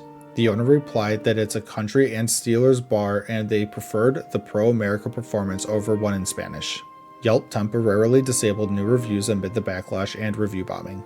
From Heavy, Madison Chalk and Evan Bates, married couple's medal draws controversy. Married U.S. ice dancers Madison Chalk and Evan Bates won silver at the 2026 Olympics by a razor-thin .97 margin. The French pair took gold with a slightly higher technical score. Some analysts and fans argued the Americans had superior emotion, performance quality, and music choice. The couple who married in Hawaii in 2024 still brought home silver for Team USA. From the Daily Express, ESPN hosts one Super Bowl broadcaster to lose job after a controversial stance. ESPN's Michael Kay called for NBC to fire Tony Dungy after the Hall of Fame voter refused to say if he voted for Bill Belichick. Belichick fell short of his first ballot induction despite his record 6 Super Bowls. Dungy cited his oath of confidentiality and said he wouldn't discuss votes or put other voters under the bus. Kay argued that as a paid broadcaster, Dungy should disclose. Dungy maintained his silence as required by committee rules. And as always, thank you for the like, comment, and subscription. From Law and Crime, essentially told the court to pound sand. Judge makes Trump admin pay for defiance with airfare to U.S. for deportees who desire return. A federal judge just made the Trump administration pay up, literally, for what he called outright defiance of a court order. Chief Judge James Boasberg ordered the government to fly back dozens of Venezuelan deportees from third countries so they can fight their Alien Enemies Act cases in U.S. court, and the taxpayers are footing the airfare. Boasberg ripped the DOJ for ignoring his March block on the flights, saying they basically told the court to pound sand. He made it clear this never would have happened if due process was followed in the first place. From CNN, bipartisan opposition over inflammatory comments likely to sink Trump State Department nominee. Jeremy Carl's shot at a top State Department job is on life support after a brutal bipartisan beatdown. Republican Senator John Curtis joined Democrats in slamming Carl's history of racist, sexist, and anti-Israel comments, including Great Replacement talk and Holocaust remarks.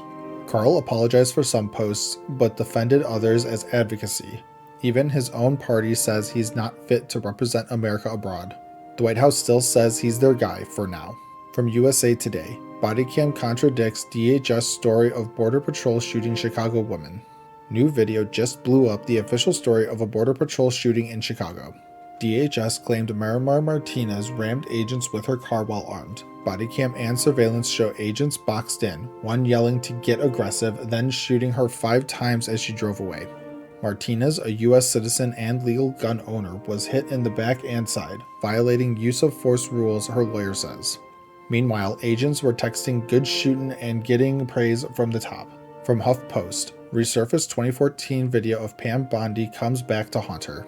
Attorney General Pam Bondi is getting roasted over a 12-year-old campaign promise. In the video, she vows to crush human traffickers. Fast forward to this week, Democrats grill her on why 0 Epstein co-conspirators have been charged. Bondi fired back, calling the questions theatrics and gutter politics, while flipping through a binder of opposition research. Survivors were in the room. The moment went viral. From the Rolling Stone, judge quotes Bob Dylan in scathing rebuke of Hegseth's bid to punish senator. A judge served Defense Secretary Pete Hegseth a Dylan-sized smackdown. Hegseth tried to strip retired Navy Captain and Senator Mark Kelly of his rank and benefits after Kelly reminded troops they can refuse unlawful orders. Judge Richard Leon called it a First Amendment violation, quoted Subterranean Homesick Blues, and told the Pentagon to show veterans some respect. Kelly's countersuit just won big. And as always, thank you for the like, comment, and subscription. From New York Post, Winter Olympics ice hockey match leads to capture of fugitive thief after 16 years on the run. This guy waited 16 years to get caught at the Olympics. A Slovak shoplifter on the run since 2010 flew to Milan to watch his team play. Police spotted him at the hotel and arrested him right before the big game. He'll serve 11 months in prison instead of watching Slovakia crush Finland 4-1. Thin ice, buddy. From the Associated Press, a 54-year-old personal injury lawyer from Minnesota just became the oldest U.S. Winter Olympian. Meet the coolest 54-year-old on the ice. Personal injury lawyer Rich Rahonen just became the oldest U.S. Winter Olympian ever, subbing in for his team down 8-2 against Switzerland. He's their alternate, their driver, their snack guy, and their 5 a.m. workout partner while still running his law practice. His teammates call him Uncle Rich. America calls him Legend. From CNN, the quad god made history with his Olympic backflip, but some say the glory was owed to a black skater. Ilya Malinin just made Olympic history with a jaw-dropping one-skate backflip. But many are saying the real pioneer was Surya Bonale, the black French skater who landed it 28 years ago when it was banned. Bonale got penalized. Malinin got gold and glory. Social media is calling out the double standard. Bonale says she's happy the move is back and that she was just born too early. From the Mirror US, Greenland Olympian sends clear message to Donald Trump after buy threats. The 24-year-old Greenlandic Olympian just sent a powerful message to Trump. Ugalek Sletmark, competing for Denmark because Greenland isn't recognized, says she's here to show people who we are and where we are on the map. As Trump keeps talking about buying the island, her sports minister called him crazy and said you can't buy a country or its people. The siblings from Nuuk are the only Greenlanders at these games, and they're making their voices heard. From The Spun, there's growing push for French judge to be banned from Winter Olympics. U.S. ice dancers just lost gold by 1.43 points, and fans are furious at one judge. The French judge gave chalk and baits unusually low scores, while the French team took gold. Social media is exploding. Calls to ban that judge are everywhere. Fans say it's the same shady judging we've seen for years. The Americans were devastated. The internet is not letting this go. And as always, thank you for the like, comment, and subscription. From Time, Germany issues warning to United States amid deep rift. At the Munich Security Conference, German Chancellor Friedrich Merz dropped a bombshell, warning of a deep rift between Europe and the United States. He said America can't go it alone in this new era of great power rivalry and urged both sides to repair transatlantic trust. Merz defended NATO as a win for everyone and pushed back hard against MAGA-style culture wars. Merz rejected tariffs and protectionism, stuck by climate deals and the World Health Organization, and even started quiet talks with Macron about nuclear deterrence. The U.S. responded that friends tell friends hard truths, while Secretary Rubio met Merz and called it a new era for everyone. From ABC News, Governor Newsom to world leaders, Donald Trump is temporary. California Governor Gavin Newsom took the stage in Munich and delivered a direct message to world leaders. Donald Trump is temporary, he'll be gone in 3 years. He urged Europe to call this guy out on climate and beyond, saying he's under daily attack from the president. Other Democrats like AOC and Senator Gallego pushed for steady American leadership and working-class politics to fight authoritarianism. Secretary Rubio countered that the world is changing fast and everyone needs to re-examine their role. From Atlanta Black Star News, what phase of dementia is this? Trump sparks declining health alarm after confused word salad goes viral. President Trump was handed a new trophy at a White House Clean Beautiful Coal event, his latest award after the FIFA Peace Prize. While bragging, he glitched mid-sentence asking, "When did this come out, Mr. Speaker?" and left the room confused. The clip exploded online. Critics asked, "What phase of dementia is this?" while others joked about participation trophies. Supporters say it's just Trump being Trump. The internet divided as always. From Politico, ICE says federal agents appear to have lied about confrontation that led to shooting. Big development out of Minneapolis. ICE now says 2 federal officers appear to have lied about a confrontation that ended with one shooting a Venezuelan immigrant. Agents originally claimed the men attacked them with a broom and shovel. Video evidence says otherwise. The officers are on leave under DOJ investigation, and the criminal cases against the immigrants have been dropped.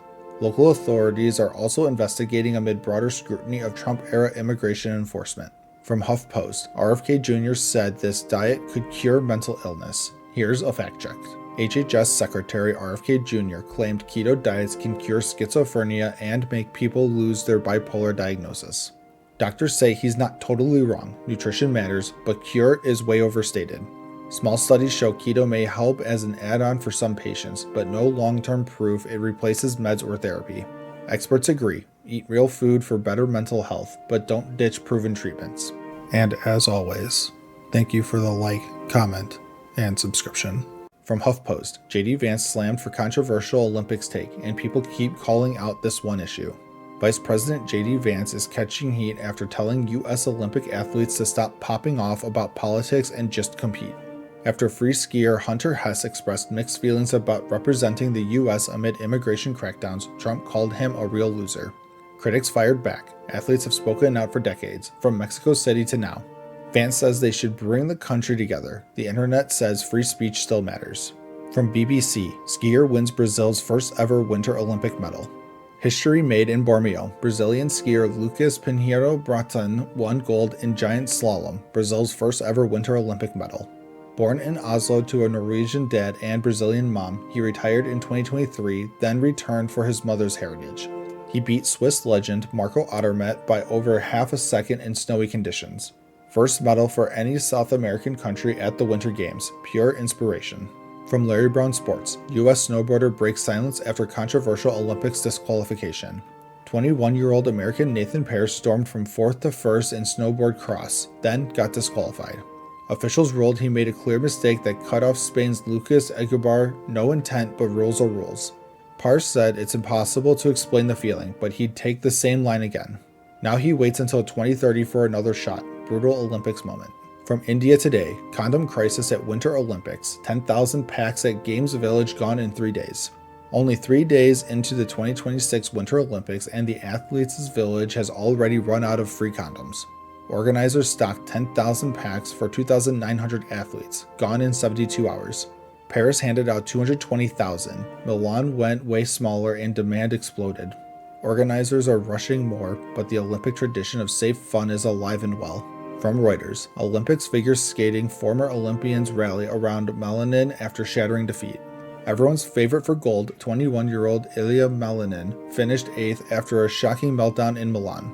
He fell twice, botched multiple quads, and admitted on Facebook, "I blew it, it was definitely mental." Legends rallied around him. Scott Hamilton, Apollo Ono, Simone Biles, all sending love. At 21, the world agrees. This isn't the end. He'll be back stronger.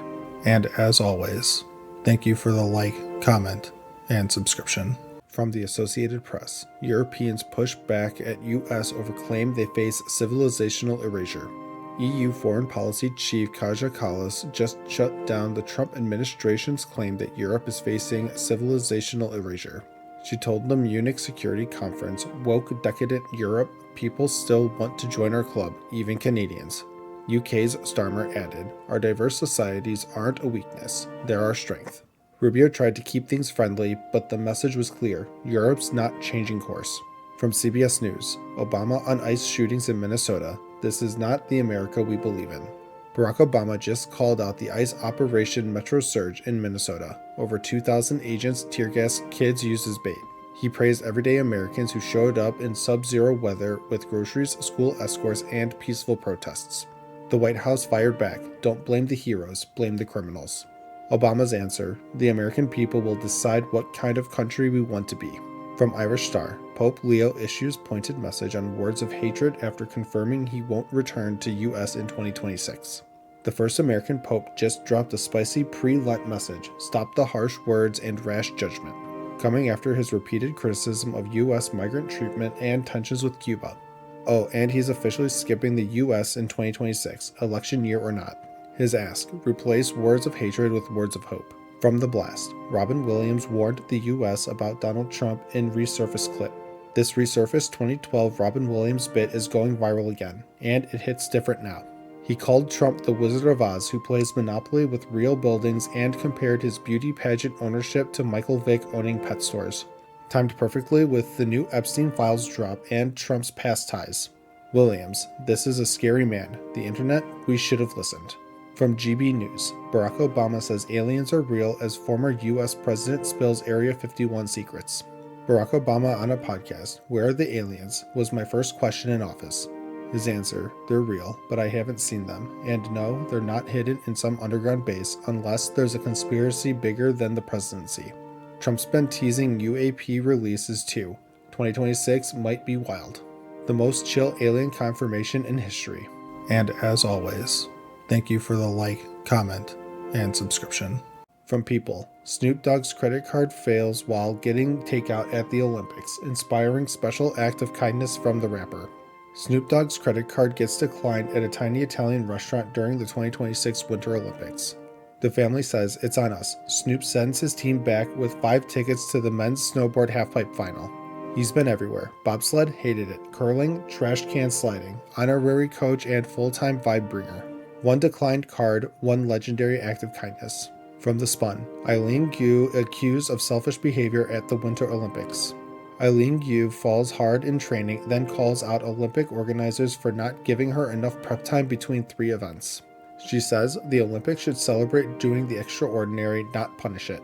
Social media explodes, entitled "Selfish." Make the schedule revolve around her. Organizers, we did everything we could. Multi-event athletes know the risks. From the Associated Press, Brinon wins a giant slalom for second gold medal of the Olympics. Schifrin finishes 11th. 35-year-old Federica Brinon just won her second gold in 4 days at her home Olympics. Giant slalom after a horrific leg injury last year. Silver medalists literally dropped to their knees and bowed. Michaela Schifrin, the greatest of all time, finished 11th, but says she's close and smiling. Italy is having the Olympics of their dreams. From HuffPost, Ilya Malinin reportedly set to return to Olympic stage in final weekend. Ilya Malinin had the worst performance of his career in the men's free skate, 2 falls, 8th place. Now he's been invited to the Olympic Gala, almost unheard of for an 8th place finisher. The 21-year-old phenom is sticking around to give the crowd one more show. World champion, Team Gold, still only 21. The comeback starts now. From New York Post, Olympic skating rival gets engaged in Milan on Valentine's Day. Spanish skater Olivia Smart and former U.S. ice dancer Jean-Luc Baker just got engaged in Milan on Valentine's Day. They used to be rivals at 2 World Championships and the 2022 Olympics. 4 years ago, also on Valentine's, he told her he loved her after the final. This time, he put a ring on it. And as always, thank you for the like, comment, and subscription. From New York Post, ex-Prince Andrew ghosting Oversight Committee's questions on Epstein top Dem reveals. Top Democrat on the House Oversight Committee says Prince Andrew is straight up ignoring their letters about his Epstein ties. Rep. Robert Garcia, "We sent letters. We want to talk to him. The UK is actually doing something about this." New files show Andrew sent Epstein trade reports and asked to stay in his Paris apartment after jail. Andrew settled with Virginia Giuffre, still says he did nothing wrong. From Newsweek, how Americans rank Trump compared with other U.S. presidents. A new YouGov survey asked Americans to rate 20 presidents. Trump came in dead last, 48% called him poor. Biden second worst, Nixon third, Lincoln, JFK, Washington still kings. Midterms are coming. This is the report card voters are seeing. White House says he's the most dominant figure in politics. The numbers say otherwise. From CNN, Trump has chipped away at the long-standing wall between church and state. It's just the beginning. Government meetings now open with Christian prayers, Bible verses on official accounts, monthly faith services in agencies. Trump created a commission to bring religion back stronger than ever. Members say we're in a religious and cultural war. Some want to defend schools hostile to faith. Defenders of separation say this has zero modern precedent. From 2 paragraphs, Marjorie Taylor Greene warns MAGA on midterms. Good luck trying to get women, you insensitive clowns. Marjorie Taylor Greene just went off on MAGA influencers mocking the Epstein files and victims. You look like cult fools. Good luck getting women to vote for Republicans in the midterms, you insensitive clowns. She's one of 4 Republicans demanding the full Epstein release. Trump called her a traitor for it. From the Western Journal, Sweden slashes murder rates by 63%. All they had to do was empower cops and ignore libs. Sweden gave police new powers in 2024, stop and search zones, phone surveillance on kids, lower age of criminal responsibility. Shootings down 63% from 2022 peak, murders at decade low. UN and activists call it repugnant. Swedish cops say the communities asked for it. Turns out empowering police actually worked. And as always, thank you for the like, comment, and subscription. From the Mirror US, Barack Obama receives huge reaction from NBA All-Star Game crowd in rare appearance. Barack and Michelle Obama show up at the 2026 NBA All-Star Game and the entire Intuit Dome erupts. The ovation lasted so long the game had to pause. Sitting courtside next to Julius Erving like it's the most normal thing ever. Twitter, legends watching legends. From Larry Brown Sports, President Trump pardons 5 former NFL players.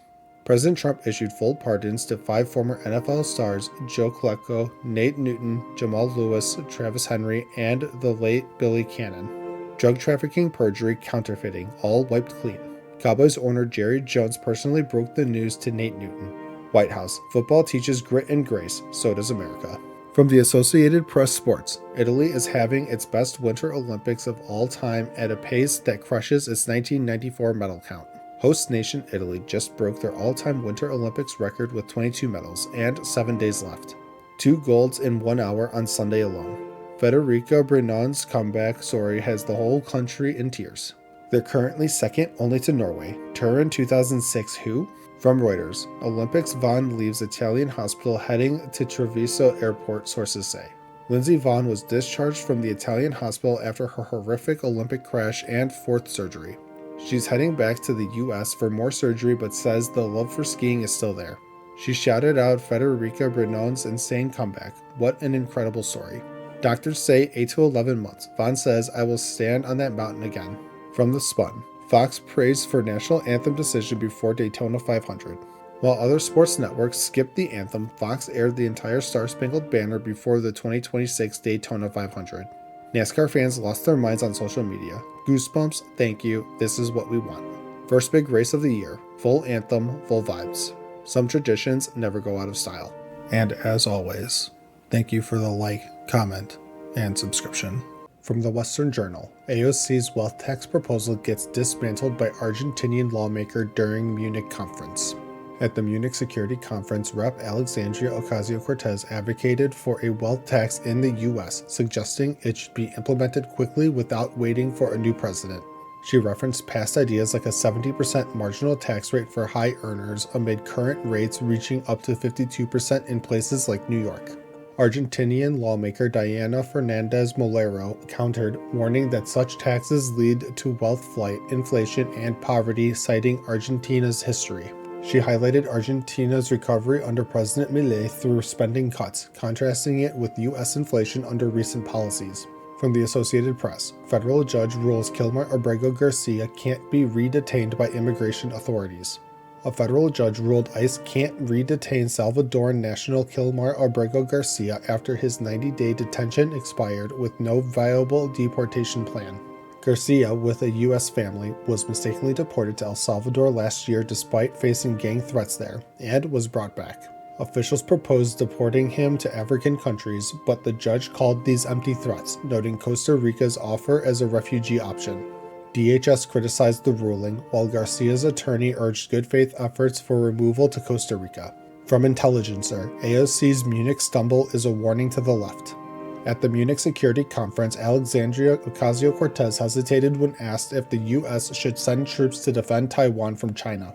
She stalled for 20 seconds before emphasizing diplomacy and deterrence to avoid conflict, highlighting Taiwan's strategic importance in semiconductors. The article sees this as a sign the left needs a clearer foreign policy, especially on tough issues like potential U.S.-China war. It urges progressives to address public reluctance for foreign wars post-Iraq and develop sophisticated global views. From U.S. Today, Americans, not other countries, paid Trump's tariffs in 2025. A Federal Reserve Bank of New York study shows U.S. consumers and companies paid nearly 90% of Trump's 2025 tariffs despite claims otherwise.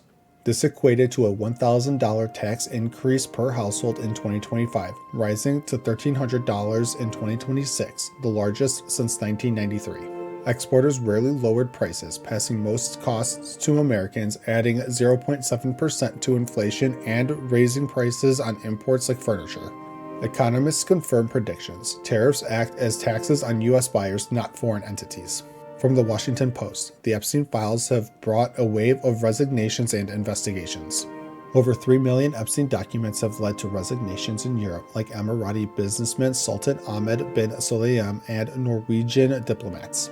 In the U.S., figures like Kathy Rumler from Goldman Sachs and Larry Summers stepped down amid revealed connections.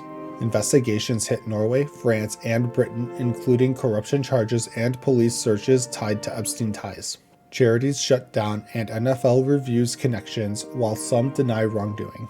And as always, thank you for the like, comment, and subscription. From Fox News, Olympic hockey player suspended for rest of games after fight.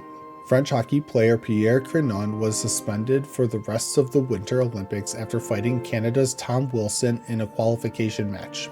The fight occurred after Crinon hit Nathan McKinnon, leading to ejections under Olympic rules that don't allow fighting penalties.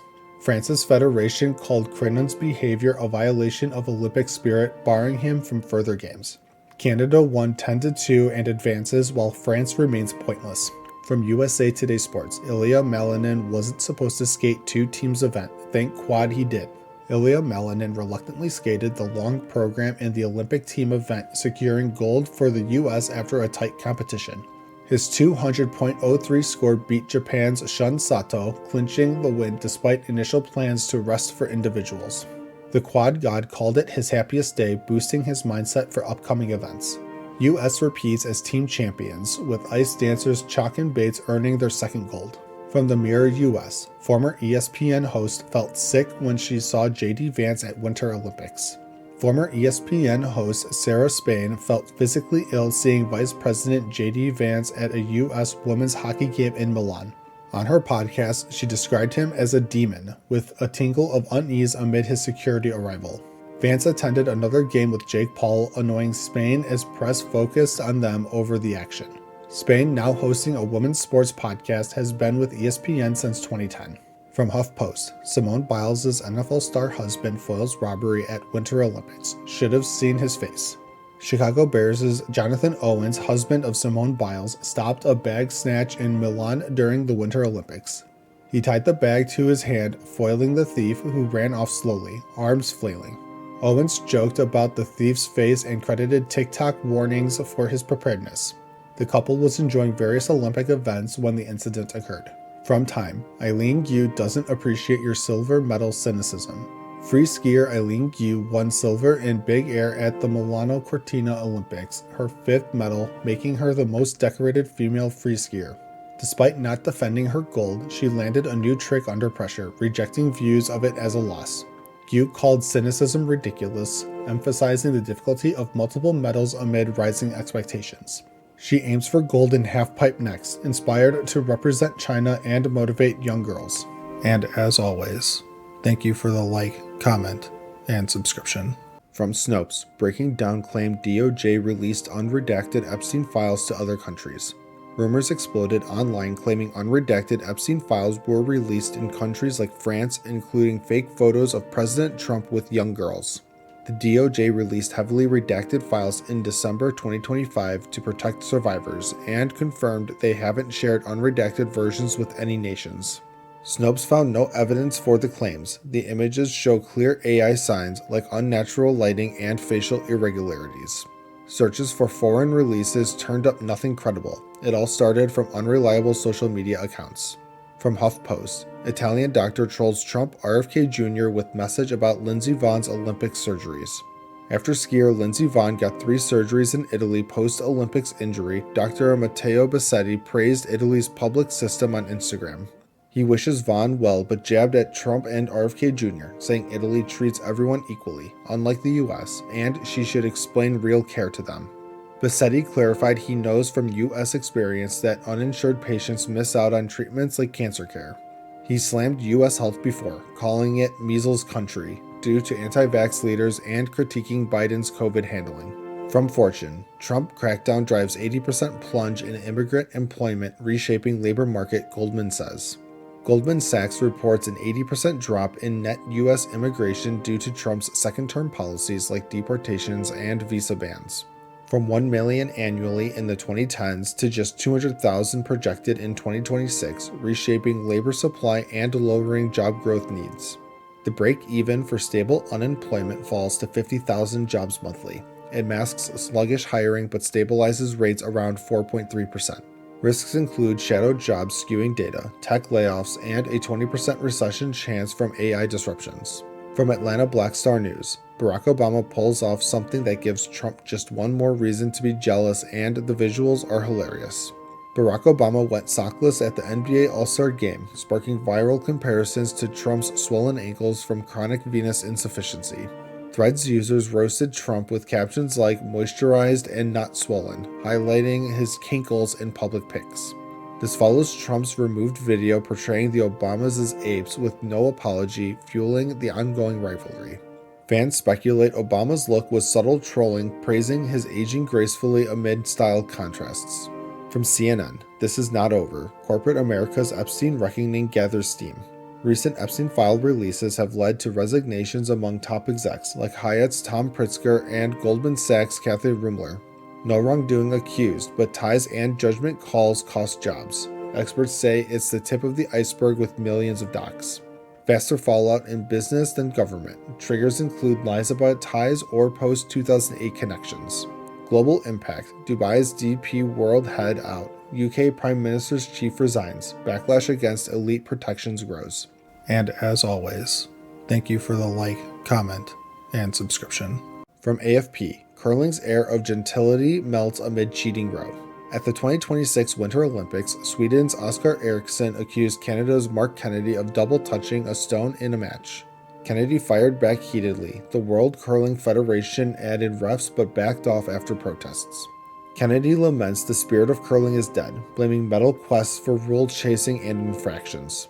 Backlash in Canada calls for grace. CEO sees publicity upside, but rules may evolve. From Time, Japan wins pair skating gold at Milan Winter Olympics. Despite soft ice complaints, Japan's Riku Miura and Ryuichi Kihara won gold in pairs skating with a flawless gladiator routine. First for Japan, Georgia's silver and Germany's bronze also historic amid Russia's ban. From fifth after short program error, they redeemed with top jumps. Coach credits gutsy mindset and COVID bonding. Canadians overcome injury for 11th, US pairs 7th and 9th, honoring lost skaters. From USA Today Sports, Michaela Shiffrin champions peace, representing own values at Olympics. At her 4th Olympics, Michaela Shiffrin honors representing the US but clarifies it's her values, not the administration's. Quoting Mandela on peace as flourishing for all, she emphasizes diversity, kindness, and cooperation. Amid backlash to U.S. immigration raids causing deaths, she notes global hardships versus Olympic competition. U.S. athletes applauded, but Vice President Vance booed. Shiffrin hopes for a show of unity. From People, Olympic skier Eileen Gu claims she was physically assaulted on Stanford campus over her decision to compete for China. Freestyle skier Eileen Gu, who won 2 silvers for China in 2026 Olympics, shares backlash for choosing China over U.S. At 22, she's faced physical assault on Stanford streets, dorm robbery, and death threats. Decided at 15 to inspire Chinese girls in skiing, proud of dual heritage for unity. Now top free skier and high earner, majoring in international relations at Stanford. From the Washington Post, The world finally saw a Russian female skater again. She didn't disappoint. First Russian woman skater internationally since 2022 ban, 18-year-old Adelia Petrosian competed as neutral in Milan. Solid short program to Michael Jackson medley scored 72.89, fifth place with triple jumps. Sidestepped color band with red jacket, fans toss toys, journalists thrilled. Pleased with skate, no triple axel yet. Americans needed translation for her Russian Q&A. And as always, thank you for the like, comment, and subscription. From USA Today, Maya Hawke gets married with Uma Thurman and Ethan Hawke at her side. Actress Maya Hawke married musician Christian Lee Houston in New York City on February 14th with parents Uma Thurman and Ethan Hawke attending. Stranger Things' co-stars like Finn Wolfhard and Sadie Sink joined. Hawke wore a white tulle gown, Hudson a dark suit. The couple co-wrote songs for Hawke's albums Chaos Angel and Moss. They went public in 2025 after years of collaboration. Daughter of Thurman and Ethan, married 1998 to 2005. Maya dropped Thurman professionally but embraces her artistic path. From Rolling Stone, Pulp Fiction actor Peter Green's cause of death revealed after being found dead in apartment. Actor Peter Green, known for villain roles in Pulp Fiction and The Mask, died December 12, 2025 at 60 in his New York City apartment. Cause: accidental self-inflicted gunshot to the left armpit, injuring the brachial artery and causing fatal bleeding. New Jersey native appeared in nearly 100 projects, including Training Day, Blue Streak, and TV like Justified. Manager called him unmatched at Bad Guys, but with a gentle side, and Heart of Gold. A prolific career cut short. From Parade, NFL makes first ever announcement about Bad Bunny's halftime show. Bad Bunny's Super Bowl 60 halftime drew 128.2 million viewers, the first with multilingual singing including Puerto Rican Sign Language. His single DTMF topped Billboard Hot 100 post-show, his first solo #1 with 3 more tracks in the top 10. The Puerto Rican star earns history as the 4th mostly Spanish song to top the chart, boosting streams and sales massively. Next, lead role in Puerto Rico with Viggo Mortensen, plus a special Tokyo concert March 7th for billion stream hits. From Newsner Stories, here's every A-list actor mentioned in the Epstein Files. Newly released Epstein Files lists 305 prominent figures, including A-listers. Being named doesn't imply wrongdoing. Names include Kevin Spacey, photographed with Maxwell, Woody Allen at a 2010 dinner, and Robert De Niro. Others: Barbra Streisand, Amy Schumer, Chris Tucker, Alyssa Milano, Whoopi Goldberg, and even deceased like Marilyn Monroe. Agent Casey Wasserman exchanged flirty emails with Maxwell. Officials stress no charges beyond Epstein and Maxwell. From Mediaite, Chinese-American Olympian trashes reporters' ridiculous question about medals. I'm the most decorated female free skier in history. Chinese-American skier Eileen Gu, competing for China, won 2 silvers in Milan, totaling 5 Olympic medals. She called a reporter's query on losing golds ridiculous, noting she's the most decorated female free skier ever. Born in San Francisco, she switched to China in 2019 to grow the sport, earns $23 million yearly, facing U.S. status questions. Vice President Vance declined changing her status. Gu emphasizes each medal's challenge amid rising expectations. And as always, thank you for the like, comment, and subscription. From Fortune, top Trump advisor furious about true cost of tariffs being revealed, vows to punish New York Fed for worst paper ever in history. White House advisor Kevin Hassett is raging over a New York Fed report claiming Americans bear 90% of Trump's tariff costs. The study says tariffs spiked from 2.6% to 13% in 2025, hitting U.S. households hard, but Hassett calls it the worst paper ever. He vows discipline for the researchers and insists tariffs boosted real wages by $1,400 last year, despite evidence of higher prices. While inflation slowed and GDP grew, critics say tariffs still burden consumers, sparking White House pushback on independent research. From CNBC, Trump administration releases $127 million in overdue funds for New York-New Jersey Gateway Tunnel project president called a future boondoggle. The Trump admin released $127 million for the New York-New Jersey Gateway Rail Tunnel after a judge blocked withholding. Funds came in tranches over 2 weeks, ending a shutdown that threatened 1,000 jobs. Construction resumes next week. Trump called it a future boondoggle, likely to overrun its $16 billion budget, denying reports of demanding Penn Station renamed after him. The project fixes the old tunnel and adds a new one for 200,000 daily passengers, funded by feds, states, and Amtrak. From Snopes, German parade floats mocking Trump are real. Here's why the caricatures were displayed. Viral images of floats mocking Trump like a pantsless version and one with a gagged liberty are real from Germany's Rose Monday parades. Held in Mainz and Dusseldorf on February 16, 2026, coinciding with U.S. President's Day, these satirical floats target politics and events. Carnival season starts November 11th, ends Ash Wednesday. Parades date back to 1838, long before President's Day in 1968. These Rhineland traditions in Mainz, Dusseldorf, and Cologne use floats to satirize current figures. Trump's no exception. From Newsweek, BBC hits back in Trump's $10 billion lawsuit. The BBC seeks to dismiss Trump's $10 billion Florida lawsuit over a pre-2024 election panorama episode on his January 6 speech. The show edited clips to imply Trump urged violence. BBC admitted the edit was misleading but denies defamation. Lawyers argue no jurisdiction in Florida and no valid claim. Trump seeks $5 billion per count for defamation and unfair practices. BBC apologized for the edit but stands firm. Case tests defamation limits for international media and political speech. From USA Today, Black allies praise Trump weeks after video depicting Obama's as apes. At a White House Black History Month event, Trump honored late civil rights icon Jesse Jackson and heard praise from Black supporters. Allies like pardon recipient Alice Johnson said Trump delivered for Black America, citing criminal justice reform and HBCU funding. This follows backlash over Trump sharing a video depicting the Obamas as apes, which he removed without apology, claiming he missed the racist part. Speakers like a victim's grandmother defended him against racism claims. Trump highlighted military, music, and sports contributions. And as always, thank you for the like, comment, and subscription. From USA Today Sports, Olympic men's hockey scores today. USA-Canada finished 3-0. USA topped Group C with a 5-1 win over Germany, finishing 3-0. Austin Matthews scored twice in a dominant performance. Canada crushed France 10-2 for the top seed with a +17 goal differential. Sidney Crosby praised the team's intensity.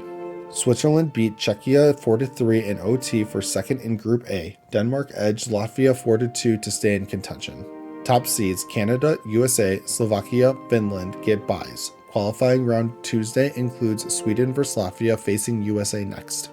From the Daily Beast, four-time Super Bowl champion dies at 76. Mike Wagner, safety for the Pittsburgh Steelers' Steel Curtain defense, died at 76 after battling pancreatic cancer since 2020. He won 4 Super Bowls in 1975, 1976, 1979, and 1980 during his 10-season NFL career, all with the Steelers. Ranking 6th in team history with 36 interceptions, including 2 in Super Bowls, he was key to their championship success. Owner Art Rooney II called him a tremendous player with toughness, consistency, and a team-first mentality.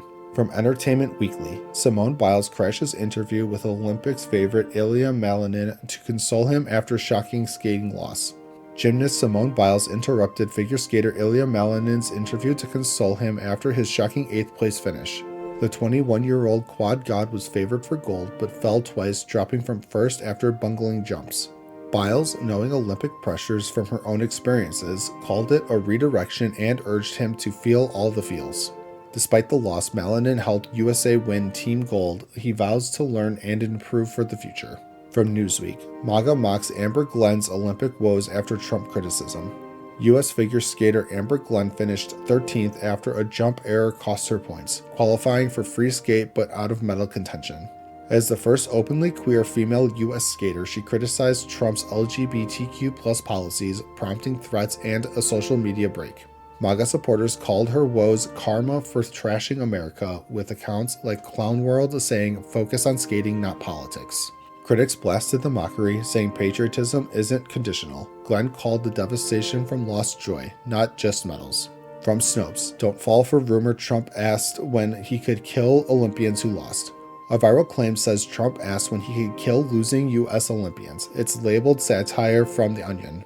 It stems from Trump's real criticism of athletes like Hunter Hess, Amber Glenn, and others speaking on politics and LGBTQ+ rights. Athletes faced backlash, including from Trump calling Hess a loser. No evidence Trump made the killing remark.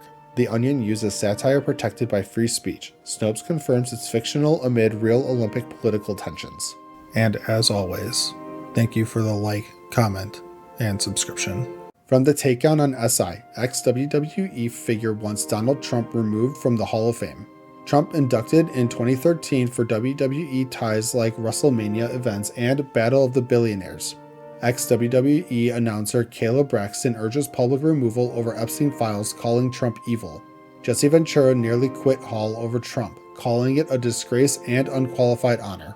Becker got in trouble for political posts, wants a statement revoking his status. From Inquisitor, Seth Meyers' 2025 joke about the Trump-Epstein scandal appears to have come true. In 2025, Seth Meyers joked one more Epstein story would lead Trump to announce UFOs are real. Amid new Epstein file scrutiny linking Trump, he addressed aliens instead. Trump ordered release of UFO and extraterrestrial files after Obama's alien comments. Lara Trump mentioned a prepared speech. Press secretary called it interesting. From Rolling Stone, he was so heroic. Eric Dane remembered by his friends and co-stars. Actor Eric Dane died at 53, 10 months after ALS diagnosis, advocating for awareness. Euphoria creator Sam Levinson called working with him an honor. Alyssa Milano praised his family devotion. Maria Shriver on his upcoming memoir. Ashton Kutcher missed him in Fantasy League. Paul Walter Hauser and John Stamos shared personal memories of his kindness and roles. From BBC, I'm on right side. Kenworthy on death threats after ICE post.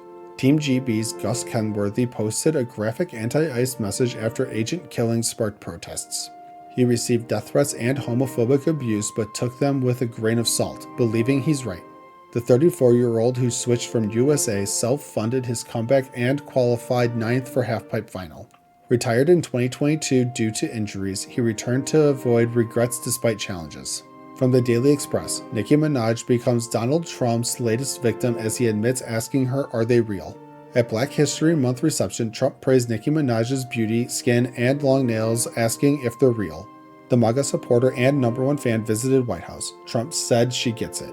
Her President's Day AI posts with Trump edits drew backlash as cringe and tacky. Similar to praises for his press secretary's face and lips, duo bonded at MAGA events. And as always, thank you for the like, comment, and subscription. From CNBC, Supreme Court Trump tariffs ruling could put U.S. on hook for $175 billion in refunds, estimates say. In a 6-3 decision, the Supreme Court declared tariffs imposed by President Trump under the IEEPA illegal as they lacked congressional approval. A Penn Wharton budget model estimate says this could mean over $175 billion in refunds to importers for duties already collected.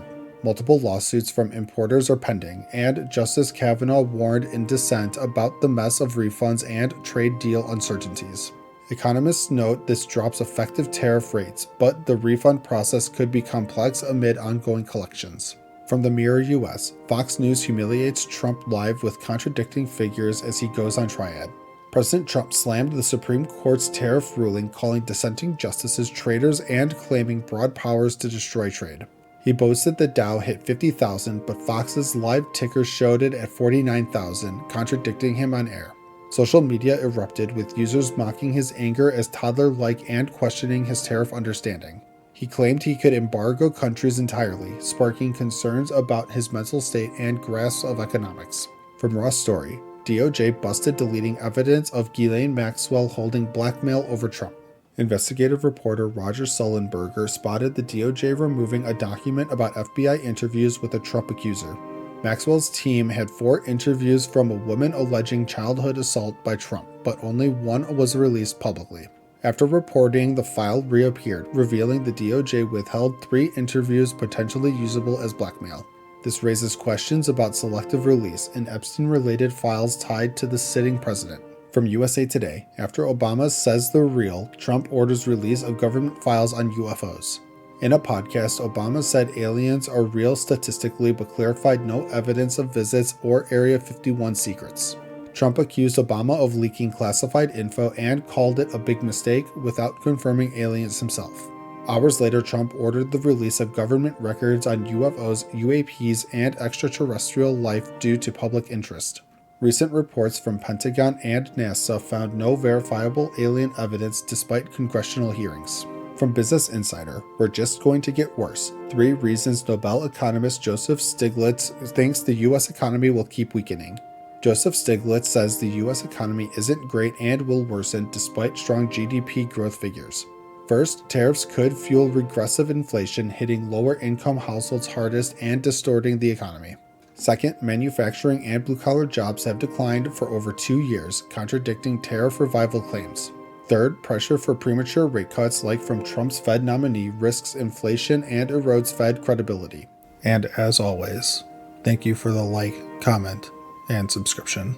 From the Big Lead, Canadian women's hockey team trolled for celebrating silver medal.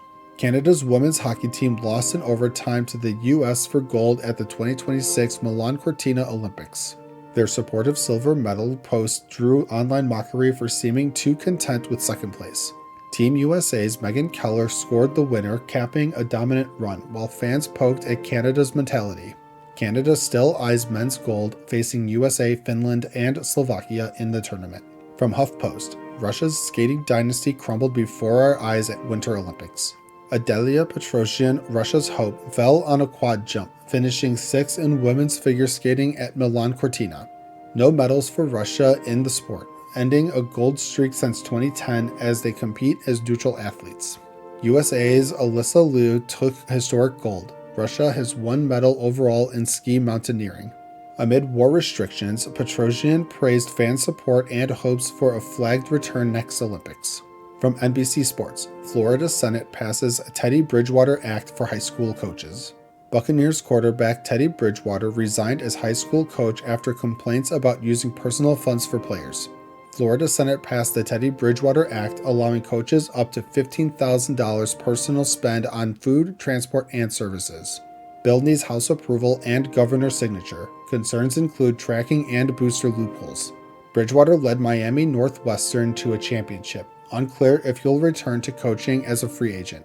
From Heavy, Ilya Malinin has new motto after devastating 2026 Olympic performance. Favorite Ilya Malinin fell in free skate at 2026 Olympics, finishing 8th after a strong short program. Visibly upset, he now embraces "you learn more from failure than from winning" as his motto. Stars like Biles, Brady, and Curry reached out. He also says it's not how you start, it's how you finish. Malinin performs in the gala skate, supporting teammates like gold winner Alyssa Liu. From TMZ, ex-NFL player convicted in $328 million fraud scheme facing prison sentence. Former UConn captain Keith Gray convicted on 9 counts of billing Medicare $328 million in unnecessary genetic tests. He laundered $54 million received into luxury buys like a $154,000 Mercedes and $142,000 Dodge Ram. Charges include conspiracy, kickbacks, and money laundering, faces up to 10 years per count. Gray played briefly for Panthers and Colts, then UFL before other ventures. And as always, thank you for the like, comment, and subscription. From Fox News, Bill Maher rips Billie Eilish, Chappelle Roan, and leftist kids over attacks on Western civilization. Bill Maher criticized young people and stars like Billie Eilish and Chappelle Roan for viewing Western civilization as just oppression. He argues the West brought rule of law, minority respect, democracy, and science, not just negatives shared by all cultures. Maher calls out left's irony in downplaying America while enjoying its benefits, references Rubio's defense of Western civ, wishes schools taught these good things again. From the Hill, Opinion, Woke Goes Broke, Why Hollywood's Politically Correct Remakes Are a Flop. Opinion argues Hollywood's woke remakes like Snow White losing $170 million and The Burbs reboot failed by prioritizing politics over entertainment. Author cites partisan demonization alienating audiences, losing billions, recalls original Burbs as balanced cult classic. Suggests focusing on original content and merit-based scripts, not lectures for better business. Investors want returns, not insults to half the viewers. From The Spun, Brett Favre blasts NFL after Bad Bunny's Super Bowl halftime show. Brett Favre criticized the NFL for choosing Bad Bunny for Super Bowl halftime, preferring Patriots like Jason Aldean or George Strait. He claims a shift away from core fans in the last decade. Show drew 128 million viewers, record on YouTube and Telemundo. Goodell praised Bad Bunny for uniting people with creativity and talent. Favre sees it as appealing to new audiences over traditional ones. From the Mirror US, CNN trolls fume, he makes my skin crawl, as Trump drops bizarre confession. During a press conference, Trump recounted a powerful Steele executive repeatedly wanting to kiss him out of business gratitude. He awkwardly refused. Viewers called it creepy and unsettling, with some saying it made their skin crawl. Defenders noted the man's joy over raised steel prices. White House called Trump the most admired in politics. Mixed responses ranged from unease to amusement. From Atlanta Black Star News, he looks terrified. Trump's mid-speech rant turns unsettling. Viewers say his desperate admissions sounded like a man bracing for the obvious. In a Georgia speech, Trump admitted he doesn't think he'll make it to heaven, citing unworthiness despite good deeds. He complained media takes him too seriously. Viewers noted he seemed terrified, speculating what he knows. Reactions called it truthful, deranged, or comedic. Critics questioned his Christian persona amid past statements. Trump has invoked faith but admitted no repentance. Evangelicals remain divided. And as always, thank you for the like, comment, and subscription. From CNN, while corporate America stayed silent, a small wine importer risked his business to challenge Trump's tariffs. While big corporations stayed quiet on Trump's sweeping tariffs, Victor Schwartz, a small New York wine importer, stepped up as lead plaintiff in a lawsuit challenging their legality under emergency powers. Backed by the Liberty Justice Center, the case reached the Supreme Court, which ruled the tariffs illegal, potentially unlocking $134 billion in refunds for importers. Schwartz's business faced extra costs he couldn't just pass on, unlike larger firms, and he endured personal attacks for his stand. Though other tariffs loom, Schwartz celebrates the victory with a fine bottle, proud to have sparked change. From Fox News, Labor Department deploys strike team to California over $21 billion unemployment debt fraud concerns. The Labor Department is sending a strike team to California to probe improper payments and fraud in the state's unemployment insurance program. With a $21 billion federal debt, employers face higher taxes. A state audit highlights fraud risks and overturned decisions. Secretary Chavez de Remer vows to restore integrity, citing COVID-era issues where $1 billion nationwide is at risk from unused debit cards. The team will examine eligibility and fund used to protect workers and taxpayers. From Reuters, JP Morgan says it closed Trump's bank accounts a month after January 6th attack. JP Morgan Chase closed Donald Trump's personal and business accounts in February 2021, a month after the January 6th Capitol attack. Letters cited no specific reason, but several firms cut ties with Trump post-event. This emerged in his $5 billion lawsuit against the bank and CEO Jamie Dimon. Trump claims unlawful debanking caused financial harm. JP Morgan calls the suit meritless and seeks to move it to New York. Trump's team hails the disclosure as proof of their case. From Law and Crime, undeniably eroded, irate judge casts doubt on DOJ's integrity after Trump admin backtracks on claim about ICE violating court order. A New Jersey judge criticized the Trump administration's DOJ and ICE for backtracking on a claim about violating a court order in an immigrant's case. Judge Christine O'Hearn ordered habeas release for Jagpreet Singh, then accused ICE of defying a no-transfer order before the government reversed the story. Citing eroded trust and over 50 similar violations, she demands sworn affidavits and explanations on potential sanctions. Responses are due by February 23rd amid broader concerns over compliance. From Irish Star, J.D. Vance humiliated as Pope snubs 4th of July 250 celebrations to stand with immigrants. Pope Leo XIV declined Vice President J.D. Vance's invitation to the U.S.'s 250th July 4th celebrations, choosing instead to visit Lampedusa Island to support refugees. This snub highlights tensions between the Vatican and Washington, including rejecting Trump's Board of Peace and no 2026 U.S. visit plans. The Pope emphasizes welcoming immigrants, contrasting Trump's parades with a moral stance on migration. It's seen as a deliberate choice aligning with values of aiding the vulnerable.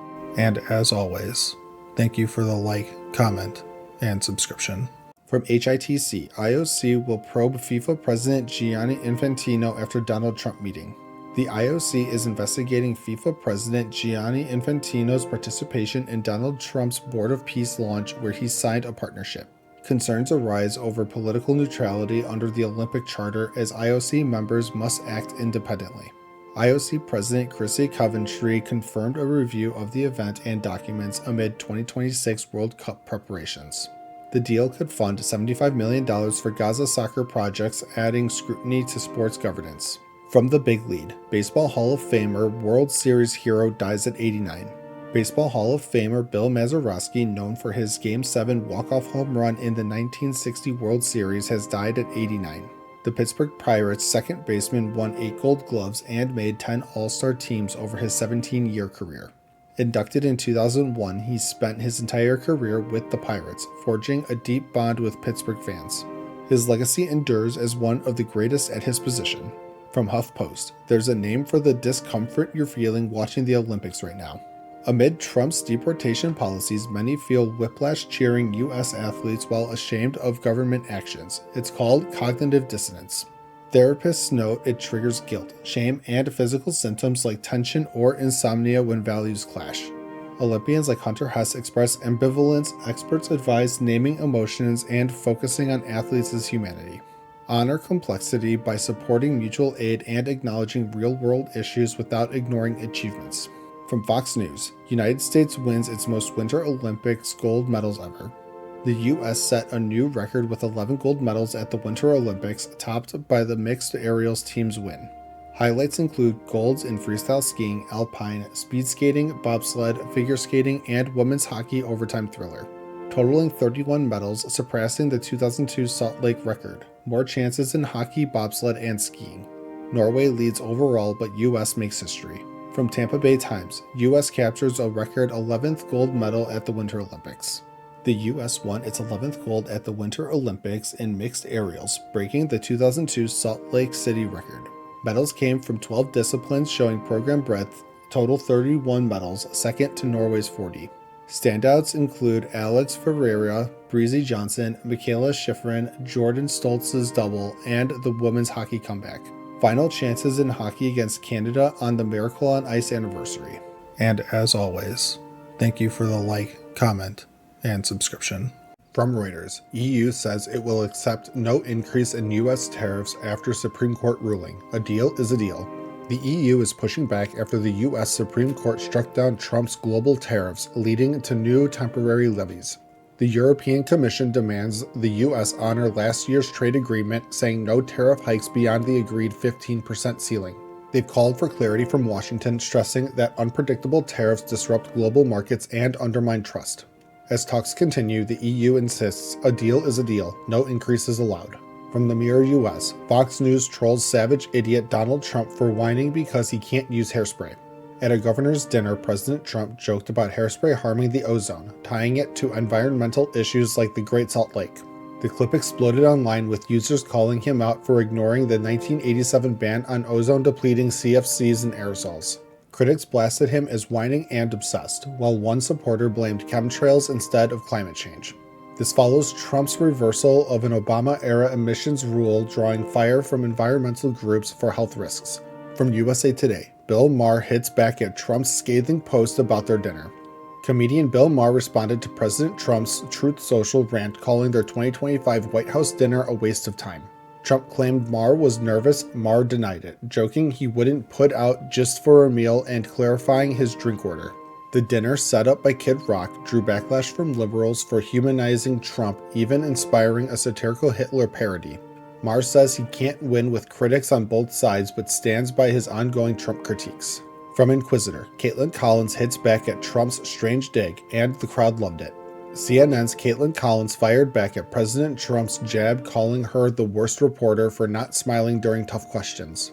On Colbert's show, she described Trump's second term as a TV sequel and defended her serious demeanor on Epstein victim topics. Her quip about smiling when appropriate earned huge cheers. Fans flooded her with smiling photos, even from childhood. Collins noted Trump's pattern of deflecting or attacking reporters, with no response from him yet. From MoneyWise, buckle up. CNBC anchor left visibly shocked as U.S. trade deficit plunges from $136 billion to $29 billion, lowest since 2009. Was Trump right about tariffs? CNBC's Rick Santelli was stunned as the U.S. trade deficit dropped to $29.4 billion in October, the lowest since 2009. From March's $136 billion high, tariffs boosted exports and cut imports, having the gap faster than expected. Economists say the U.S. is winning the trade war with no recession in sight, plus strong GDP growth at 4.3%. Tips for investors: S&P 500 funds, real estate crowdfunding, gold IRAs, and venture capital in tech. And as always, thank you for the like, comment, and subscription. From USA Today Sports, Olympic medals, the final medal count at the 2026 Winter Games. The 2026 Milano Cortina Winter Olympics wrapped up with over 90 countries competing in 116 events. Norway topped the charts with 41 medals, including 18 golds. The US followed with 33 total, 12 golds. Hosts Italy grabbed 30 medals. Germany, Japan, France, and Switzerland also shone strong. Lower ranks saw surprises like Brazil and Kazakhstan with golds. Many nations went home empty-handed. From Reuters, Olympics curling sport faces identity crisis as cheating controversy forces rethink of regulations. A cheating accusation between Canada and Sweden at the Winter Olympics exposed curling's honor-based foul system limits. Officials issued warnings but couldn't intervene much. Players complained about umpire training, leading to a quick backtrack. President Welling says they're empowering umpires gradually to adapt without losing the sport's integrity and spirit. The drama boosted visibility with memes and global buzz. Expansions planned for more teams in future championships. From For the Win, Nathan MacKinnon sounded like a sore loser after Canada's loss. After Team Canada's overtime loss to USA in the Olympic gold medal hockey game, star Nathan MacKinnon vented frustration. Canada outshot USA 42-28 but couldn't score enough. USA's goalie Connor Hellebuyck made 41 saves to seal the win. MacKinnon called Canada the better team but admitted they choked on chances, including his own empty net miss. Critics labeled his comments sore loser vibes, noting goalie performance mattered, first U.S. men's gold since 1980. From the Mirror US, killed hockey star's wife in tears after Team USA's classy gesture at Winter Olympics. Team USA honored late NHL star Johnny Gaudreau after winning Olympic hockey gold 2-1 over Canada in overtime. Gaudreau, killed in a 2024 accident, was on the projected roster. His family attended, invited by USA Hockey. After victory, players paraded his number 13 jersey and included his kids Noah and Johnny Jr. in the team photo. Widow Meredith was emotional at the gesture. Teammates like Tkachuk and Werenski said they're playing for him. From BBC, Minnesota Vikings receiver Moore dies aged 25. Minnesota Vikings wide receiver Rondale Moore, 25, was found dead at his Indiana home, cause pending postmortem. The Vikings expressed deep sadness, offering support to family and team. Coach O'Connell praised his humility. Drafted in 2021 by Cardinals, Moore had 135 catches over 3 seasons before stints with Falcons and Vikings. NFL, Cardinals, and players like J.J. Watt mourned. Union urged mental health checks for players. And as always, thank you for the like, comment, and subscription. From Time, Peter Mandelson arrested amid probe into Epstein ties. Breaking news from London, 72-year-old Peter Mandelson, former UK ambassador to the US and senior Labour figure, was arrested Monday on suspicion of misconduct in public office. He was detained in Camden after search warrants were executed at 2 addresses. The arrest follows the latest release of Jeffrey Epstein files by the US Department of Justice. Documents appear to show Mandelson sharing sensitive UK government information with Epstein while serving as business secretary, plus financial transfers totaling $75,000 to accounts linked to him. Mandelson resigned from the Labour Party and House of Lords last week, calling it a move to avoid further embarrassment. He denies any wrongdoing. From NBC News, Epstein files fallout, tracking the resignations, firings, and investigations. The latest Jeffrey Epstein document release continues to shake the corridors of power worldwide, triggering arrests, resignations, and investigations. Former Prince Andrew was arrested in the UK on misconduct charges. Norway charged ex-Prime Minister Thorbjørn Jagland with aggravated corruption after Epstein paid island trips. Hyatt chairman Tom Pritzker stepped down, Goldman Sachs CLO Kathy Ruemmler resigned, and law firm chair Brad Karp left his post, all citing the newly public emails. From Hollywood agents to wellness influencers and former senators, dozens of prominent figures have resigned or faced probes. None have been charged with Epstein-related crimes. From the Daily Beast, humiliated Pentagon Pete makes desperate last-ditch threat. Defense Secretary Pete Hegseth is heading into a tense meeting with Anthropic CEO Dario Amodei over the military's use of company's Claude AI. Anthropic has refused to remove safety guardrails on Pentagon programs unless strict limits are placed on mass surveillance and autonomous weapons. The standoff intensified after reports Claude was used during the recent U.S. operation in Venezuela. Hegseth has threatened to label Anthropic a supply chain risk. Sources say Tuesday's meeting is an ultimatum: comply or face consequences. Both sides say talks are ongoing. From ABC News, Dow closes down more than 800 points after Trump ratchets up tariffs.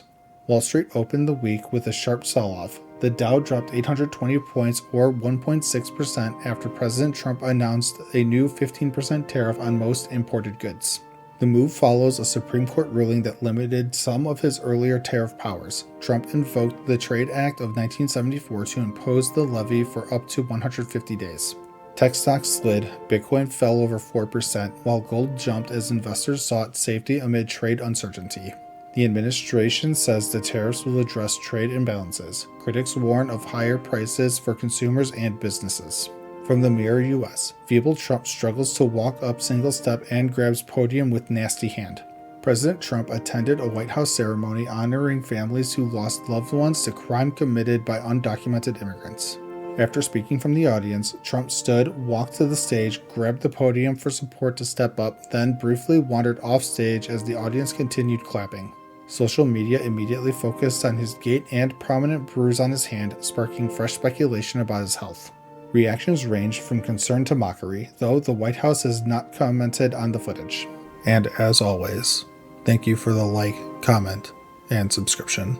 From Irish Star, Eileen Gu in tears as she learns tragic news following Winter Olympics glory. Freestyle skiing superstar Eileen Gu won gold in the women's halfpipe at the 2026 Winter Olympics, becoming the most decorated freestyle skier ever. Moments later, she learned her beloved grandmother had passed away. She arrived late to her press conference in tears. Fighting emotion, Gu paid tribute. She was a fighter, a steamship who grabbed life by the reins and inspired me to be brave. She dedicated her performance to the promise she made and her grandmother, to bet on herself and compete fiercely. From Newsner Stories, warning issued to anyone attempting Team USA star Alyssa Liu's viral trend. Team USA's Alyssa Liu made history-winning individual Olympic figure skating gold, the first American in 24 years. But her self-done smiley piercing 2 silver spikes above her teeth went even more viral than her flawless free skate. Dentists and the ADA are now warning fans, do not try this at home. Oral piercings can carry serious risks: infection, swelling, tooth damage, even choking. Liu did hers 2 years ago with her sister's help. Experts say professional consultation is essential. From New York Post, FBI Director Kash Patel parties with the USA Olympic hockey team after gold medal win over Canada. Right after Team USA's dramatic 2-1 overtime gold medal win over Canada, their first Olympic hockey gold since the 1980 Miracle on Ice, FBI Director Kash Patel was right there celebrating. Video shows Patel drinking beer, spraying it, and joining the team singing courtesy of the red, white, and blue as players draped a gold medal on him. President Trump called the team live from the White House. Patel posted photos with Tkachuk brothers Jack Hughes and coach Mike Sullivan. Patel called it unity, sacrifice, attitude, the ingredients of champions. From Washington Examiner, the U.S. hockey team knelt, and that is what matters. After clinching Olympic hockey gold against Canada, Team USA did something powerful. They brought the jersey of their late teammate Johnny Gaudreau onto the ice. Then they knelt, grown men in full gear, lowering themselves so Noah and Johnny Jr. can stand in the middle of the celebration. The moment wasn't about dominance or swagger, it was disciplined strength in service of the next generation. In a noisy conversation about masculinity, this quiet act of humility and responsibility stood out. From Daily Caller, Ingersoll, patriotism makes the Huffington Post feel yucky. We've got 3 perfect words in response. After Team USA's emotional Olympic hockey gold, Huffington Post ran a piece saying displays of patriotism made some people feel yucky. Maryland seafood company's Jimmy's Famous Seafood had one reply: "Go f*** yourself." 3 short words that instantly went viral. The moment highlighted a deep cultural split. One side seeing American victory as something to celebrate, the other as uncomfortable. Jimmy's doubled down, giving both men's and women's teams free crab cakes for life. The internet overwhelmingly cheered. And as always, thank you for the like, comment, and subscription. From USA Today, Claudia Sheinbaum says Mexico reviewing legal action against Elon Musk. Mexican President Claudia Sheinbaum says her government is reviewing possible legal action against Elon Musk after he claimed drug cartels control her administration. Musk posted the allegation without evidence on X, responding to Sheinbaum's earlier comments that a new war on drugs isn't an option. The remarks came days after Mexican forces with U.S. intelligence help killed cartel leader Nemesio El Mencho Asegura Cervantes. Sheinbaum called the narcogobierno accusations laughable and said what truly matters is what the Mexican people think. From CBS News, a head of State of the Union hints of frustration with Trump emerge in the House GOP. As President Trump prepares for tonight's State of the Union, some House Republicans are showing rare signs of frustration. GOP lawmakers have already rebuked him on tariffs against Canada, war powers in Venezuela and Iran, and releasing the Epstein files. Retiring members and those facing tough primaries are speaking out more, with experts calling it the natural lame duck phase. With a one-vote margin and midterms looming, more pushback could be coming after tonight's address. From Daily Mail, Trump hit by sinister sabotage plot ahead of highly anticipated State of the Union address. Ahead of President Trump's State of the Union tonight, dozens of Democrats are skipping the speech for counter-programming. Events include the People's State of the Union on the National Mall featuring Rep. Ro Khanna and Senator Chuck Schumer with Epstein victims. Alternative rallies, possible silent defiance or walkouts, and 3 Democratic rebuttals are planned.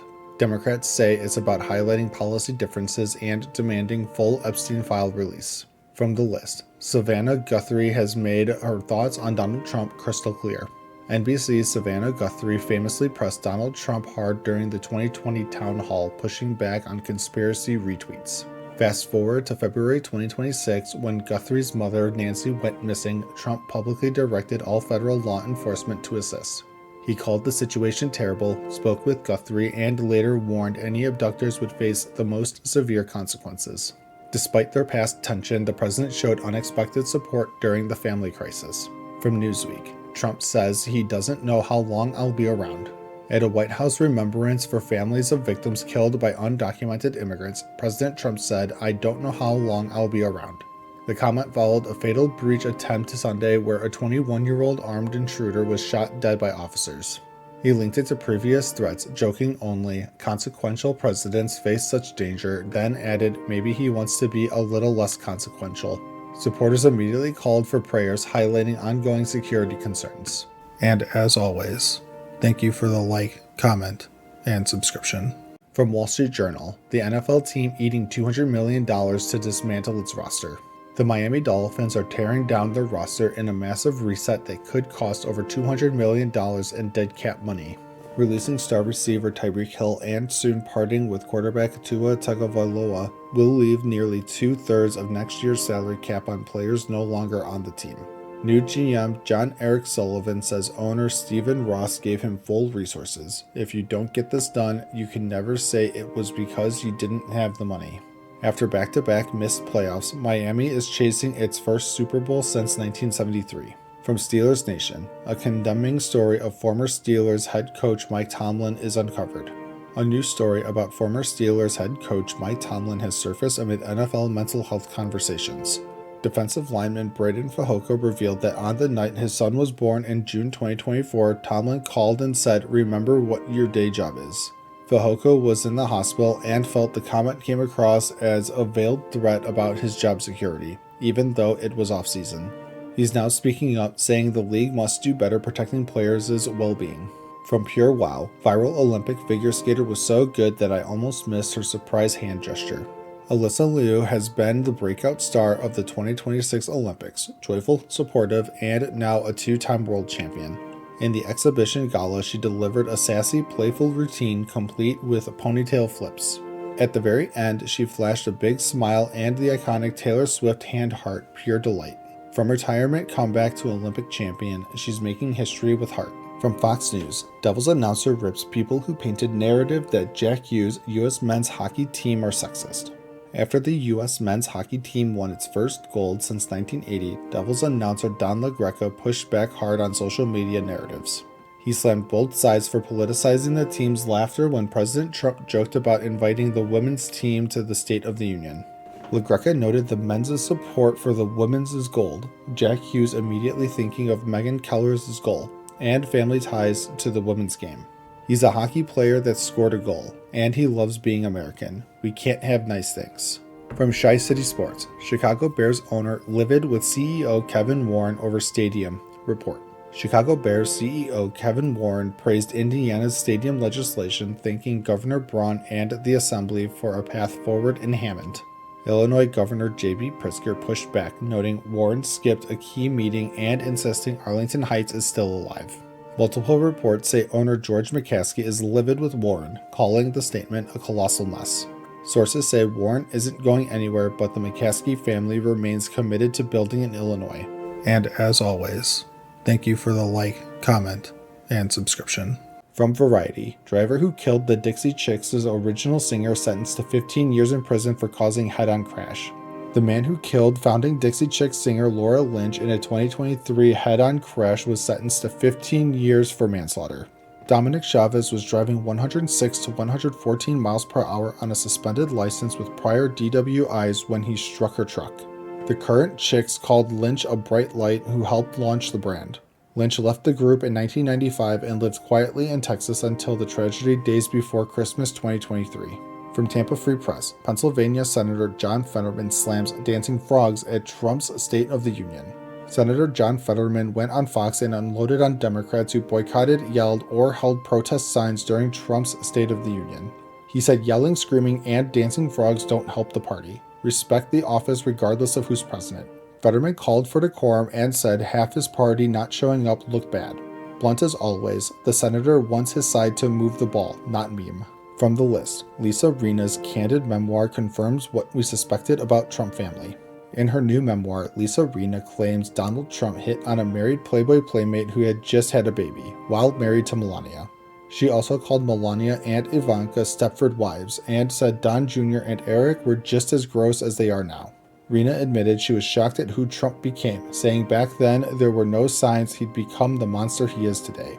Still, she called him a great entertainer who did his job. From Atlanta Black Star News, this is embarrassing. Trump's big speech falls apart as fans can't stop watching what's repeatedly breaking out behind him. During Trump's record-long State of the Union, Republicans kept leaping up for standing ovations, sometimes after just a few sentences. Viewers on Threads called it planned, sycophantic, and compared it to a workout or whack-a-mole. Democrats mostly stayed seated in protest, while one held a sign that got him removed. The only time both sides stood together, cheering the U.S. men's Olympic hockey gold medalists. From Showbiz Cheat Sheet, Olympic star Alyssa Liu's dating revelation leaves fans surprised. Figure skating superstar Alyssa Liu just won Olympic gold in women's singles and team event at 20 years old. When asked about dating, she said she's happily single, loves herself, has high standards, and chooses friendships over romance right now. Her intense schedule and $500,000 to $1 million family investment in skating make relationships not worth the sacrifices at this stage. She set boundaries with her dad after a 2022 break and is fully in control of her career and her heart. And as always, thank you for the like, comment, and subscription. From USA Today, Jimmy Kimmel mocks Trump's State of the Union conniption fit. Jimmy Kimmel called President Trump's record 1 hour 47 minute State of the Union an angry conniption fit, comparing it to the Grinch delivering a Christmas message. Stephen Colbert said the speech had no new material and was dark and filled with divisive lies. Trump declared America is in a golden age on its 250th birthday and honored victims of crime and heroes. The White House clapped back, labeling the hosts low-rating late-night losers. Even Jimmy Fallon joked Trump covered his accomplishments in 8 seconds, then riffed for an hour and a half. From the Associated Press, Supreme Court rules against private prison firm facing forced work suit from immigration detainees. In a rare unanimous ruling, the Supreme Court just handed a procedural loss to private prison giant GEO Group.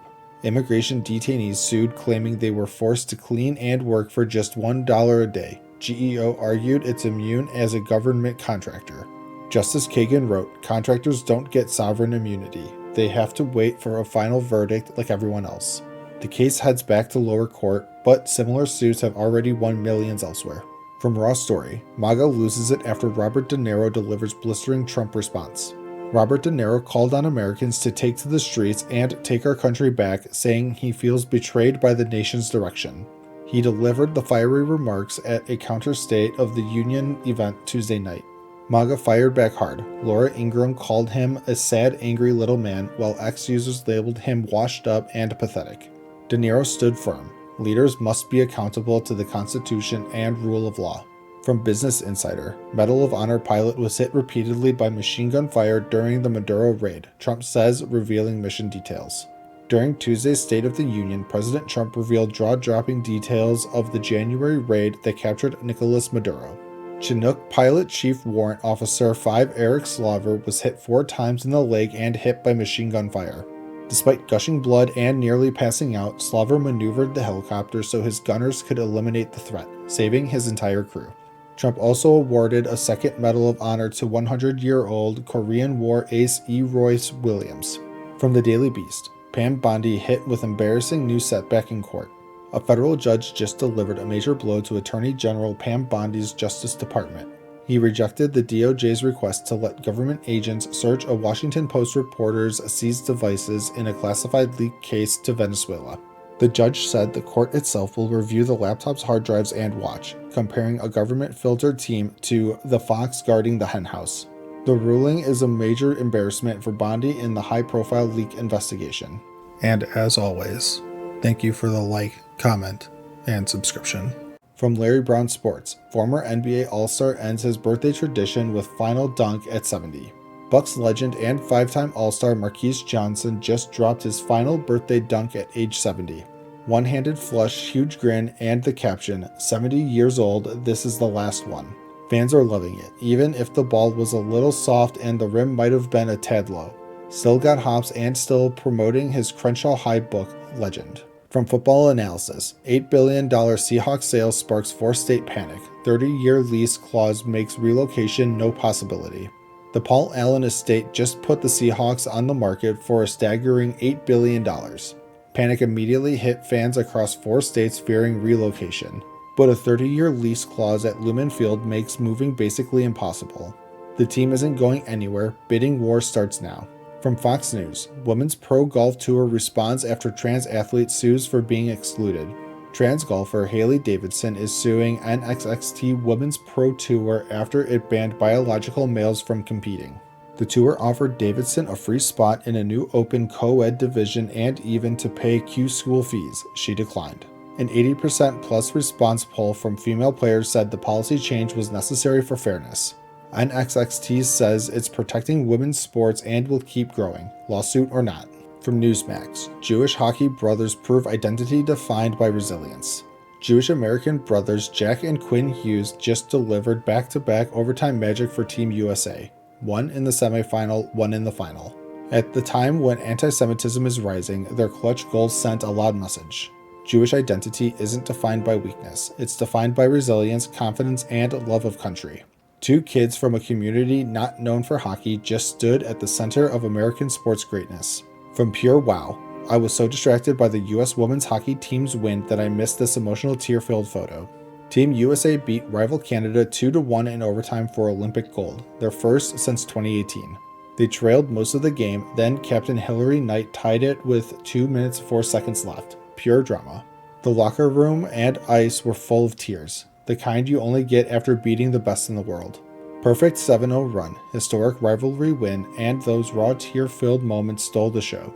And as always, thank you for the like, comment, and subscription. From TV Insider, CNN, MS Now, and Fox News ratings, which network just had massive month. Fox News crushed it in February, averaging 2.61 million primetime viewers. That's 34% more than CNN and MSNBC combined. Fox also won the key week of February 9th with big gains in total viewers. Every major cable news outlet saw growth, but Fox led the pack. From Business Insider, 4chan knew about Jeffrey Epstein's death 38 minutes before the rest of the world. The FBI tried to figure out how. A 4chan user posted Epstein's death 38 minutes before any news outlet, and the FBI never figured out who. Subpoenas to 4chan, AT&T, and T-Mobile led nowhere because of dynamic IPs. The poster used medical jargon and even floated early conspiracy theories. Epstein himself knew 4chan founder Moot, adding another strange layer. From Daily Mail, CBS News splashy new hire Peter Attia leaves in disgrace over stomach-churning Epstein links. Longevity expert Dr. Peter Attia lasted less than a month at CBS News before stepping down over his Epstein ties. Release files show Attia joking with Epstein about low-carb and wanting to visit his island. Barry Weiss had just touted him as a big new hire. Attia says he regrets the association and never treated Epstein. From San Francisco Chronicle, he was a coward. Eric Danes' Grey's Anatomy co-star describes him as a bully after death from ALS. Grey's Anatomy star Eric Dane died at 53 after battling ALS, but not all tributes are glowing. Former extra Laura Antall called him a bully who targeted her while she fought cancer and autoimmune disease. Co-stars like Kate Walsh remember his sensitivity and gravitas. Toll stands by her claims despite fan backlash. From Raw Story, new revelations show the end is near for Trump's Epstein defense. Opinion. New details show 53 pages of FBI interview notes were temporarily pulled from release, including unverified claims involving Trump. Over 5,300 mentions of Trump appear in the latest batches. The DOJ calls some allegations unfounded. Congress passed a transparency law, yet millions of pages remain unreleased with shifting deadlines. Officials cite victim privacy and procedural issues. Critics call it a cover-up. And as always, thank you for the like, comment, and subscription. From Washington Post, Judge, IRS broke law approximately 42,695 times in giving DHS data. A federal judge just ruled the IRS violated federal law nearly 43,000 times by sharing confidential taxpayer addresses with ICE last summer. The problem? ICE requests often lacked proper addresses. Some said unknown or even NANA, but the IRS handed over the data anyway. DHS calls it essential for catching criminals and protecting public safety. Taxpayer advocates say it's a dangerous breach of privacy. The ruling is now on appeal at the DC Circuit. From Newsweek, Don Lemon scores legal win in church protest case. Don Lemon just scored a partial legal victory after federal charges over his coverage of an anti-ICE church protest. The judge rejected the government's push for a 3-month delay but gave prosecutors 30 extra days for discovery. Lemon and others face conspiracy charges for allegedly disrupting worship. They say it's about press freedom. Prosecutors call it interference with religious rights. Lemon says he's ready to fight and clear his name. From USA Today, Larry Summers, Bill Gates, fallout from Epstein files is widening. New Epstein documents are claiming high-profile casualties, including Larry Summers resigning from Harvard. Bill Gates addressed his past ties at a foundation town hall, while Nobel winner Richard Axel stepped down from Columbia over regrets about his association. In Britain, Prince Andrew and Peter Mendelssohn face arrests tied to alleged document sharing. The Clintons are set to testify before Congress as millions more pages remain under review. From Fox News, FBI subpoena of phone records leaves Trump Chief of Staff in shock, report. White House Chief of Staff Susie Wiles reportedly reacted with shock after learning the Biden-era FBI subpoenaed her phone records. Toll records from 2022 to 2023 were pulled during Jack Smith's Trump investigations. No call content, just numbers and times. Current FBI Director Kash Patel called it outrageous and ended the prohibited file loophole used to hide oversight. 10 agents were fired. The agencies' union condemned the moves as violating due process. From Intelligencer, what the new Epstein files say about Trump updates. Over 5,300 new Epstein file mentions reference Trump, Melania, and Mar-a-Lago. Some include unverified sexual assault claims the DOJ calls unfounded. No client list smoking gun. Trump has called past ties distant and praised full release, yet delays and redactions continue. Congress forced release by law, but millions of pages are still trickling out. And as always, thank you for the like, comment, and subscription. From The Independent, Flavor Flav turns snub of U.S. women's hockey team into celebration. After the U.S. women's hockey team declined Trump's State of the Union invite, Flavor Flav stepped up big time. He's hosting a full She Got Game weekend, July 16th to the 19th in Las Vegas with MGM Resorts to celebrate the gold medalists. The snub followed Trump's comment that he'd probably be impeached if he didn't invite them too. The team cited scheduling conflicts but thanked the recognition. From the Daily Express, Danica Patrick quick to react to heated Donald Trump incident at State of the Union. NASCAR legend Danica Patrick wasted no time reacting to the fiery State of the Union exchange with Rep. Ilhan Omar. Omar interrupted over immigration deaths. Trump called out sanctuary policies and Minnesota issues. Patrick posted, "What a time to be alive, and a Republican, I mean rational, same thing." The men's gold medal team attended while the women's team declined. From Athlete Lifestyle on SI, Tate McRae-Jack Hughes relationship update reveals where things stand after Olympics. Olympic hero Jack Hughes scored the winning goal against Canada, and he's still dating Canadian singer Tate McRae. A news source says things are still new, but they're having fun getting to know each other. They share friends, he goes to her shows, she supports him at games. She's not looking for anything super serious, but he really likes her. From the Big Lead, 7-year NFL veteran announces immediate retirement at 30. 7-year NFL veteran center Will Clapp just announced his immediate retirement at age 30. A devastating Lisfranc foot injury in preseason ended his 2025 season and ultimately his career. Drafted by the Saints in 2018, he later played for the Chargers and Bills. He thanked his wife for being his rock and said he's excited for the next chapter. From HuffPost, fans are divided after Trump offers Medal of Freedom to U.S. men's hockey goalie, but not women's. President Trump offered the Presidential Medal of Freedom to men's goalie Connor Hellebuyck during the State of the Union, but not to women's star Aaron Frankel, who posted a .980 save percentage in their gold medal run. Fans are split. Some say the women snubbed the White House invite first. Trump says the women's team will still get honored soon. And as always, thank you for the like, comment, and subscription.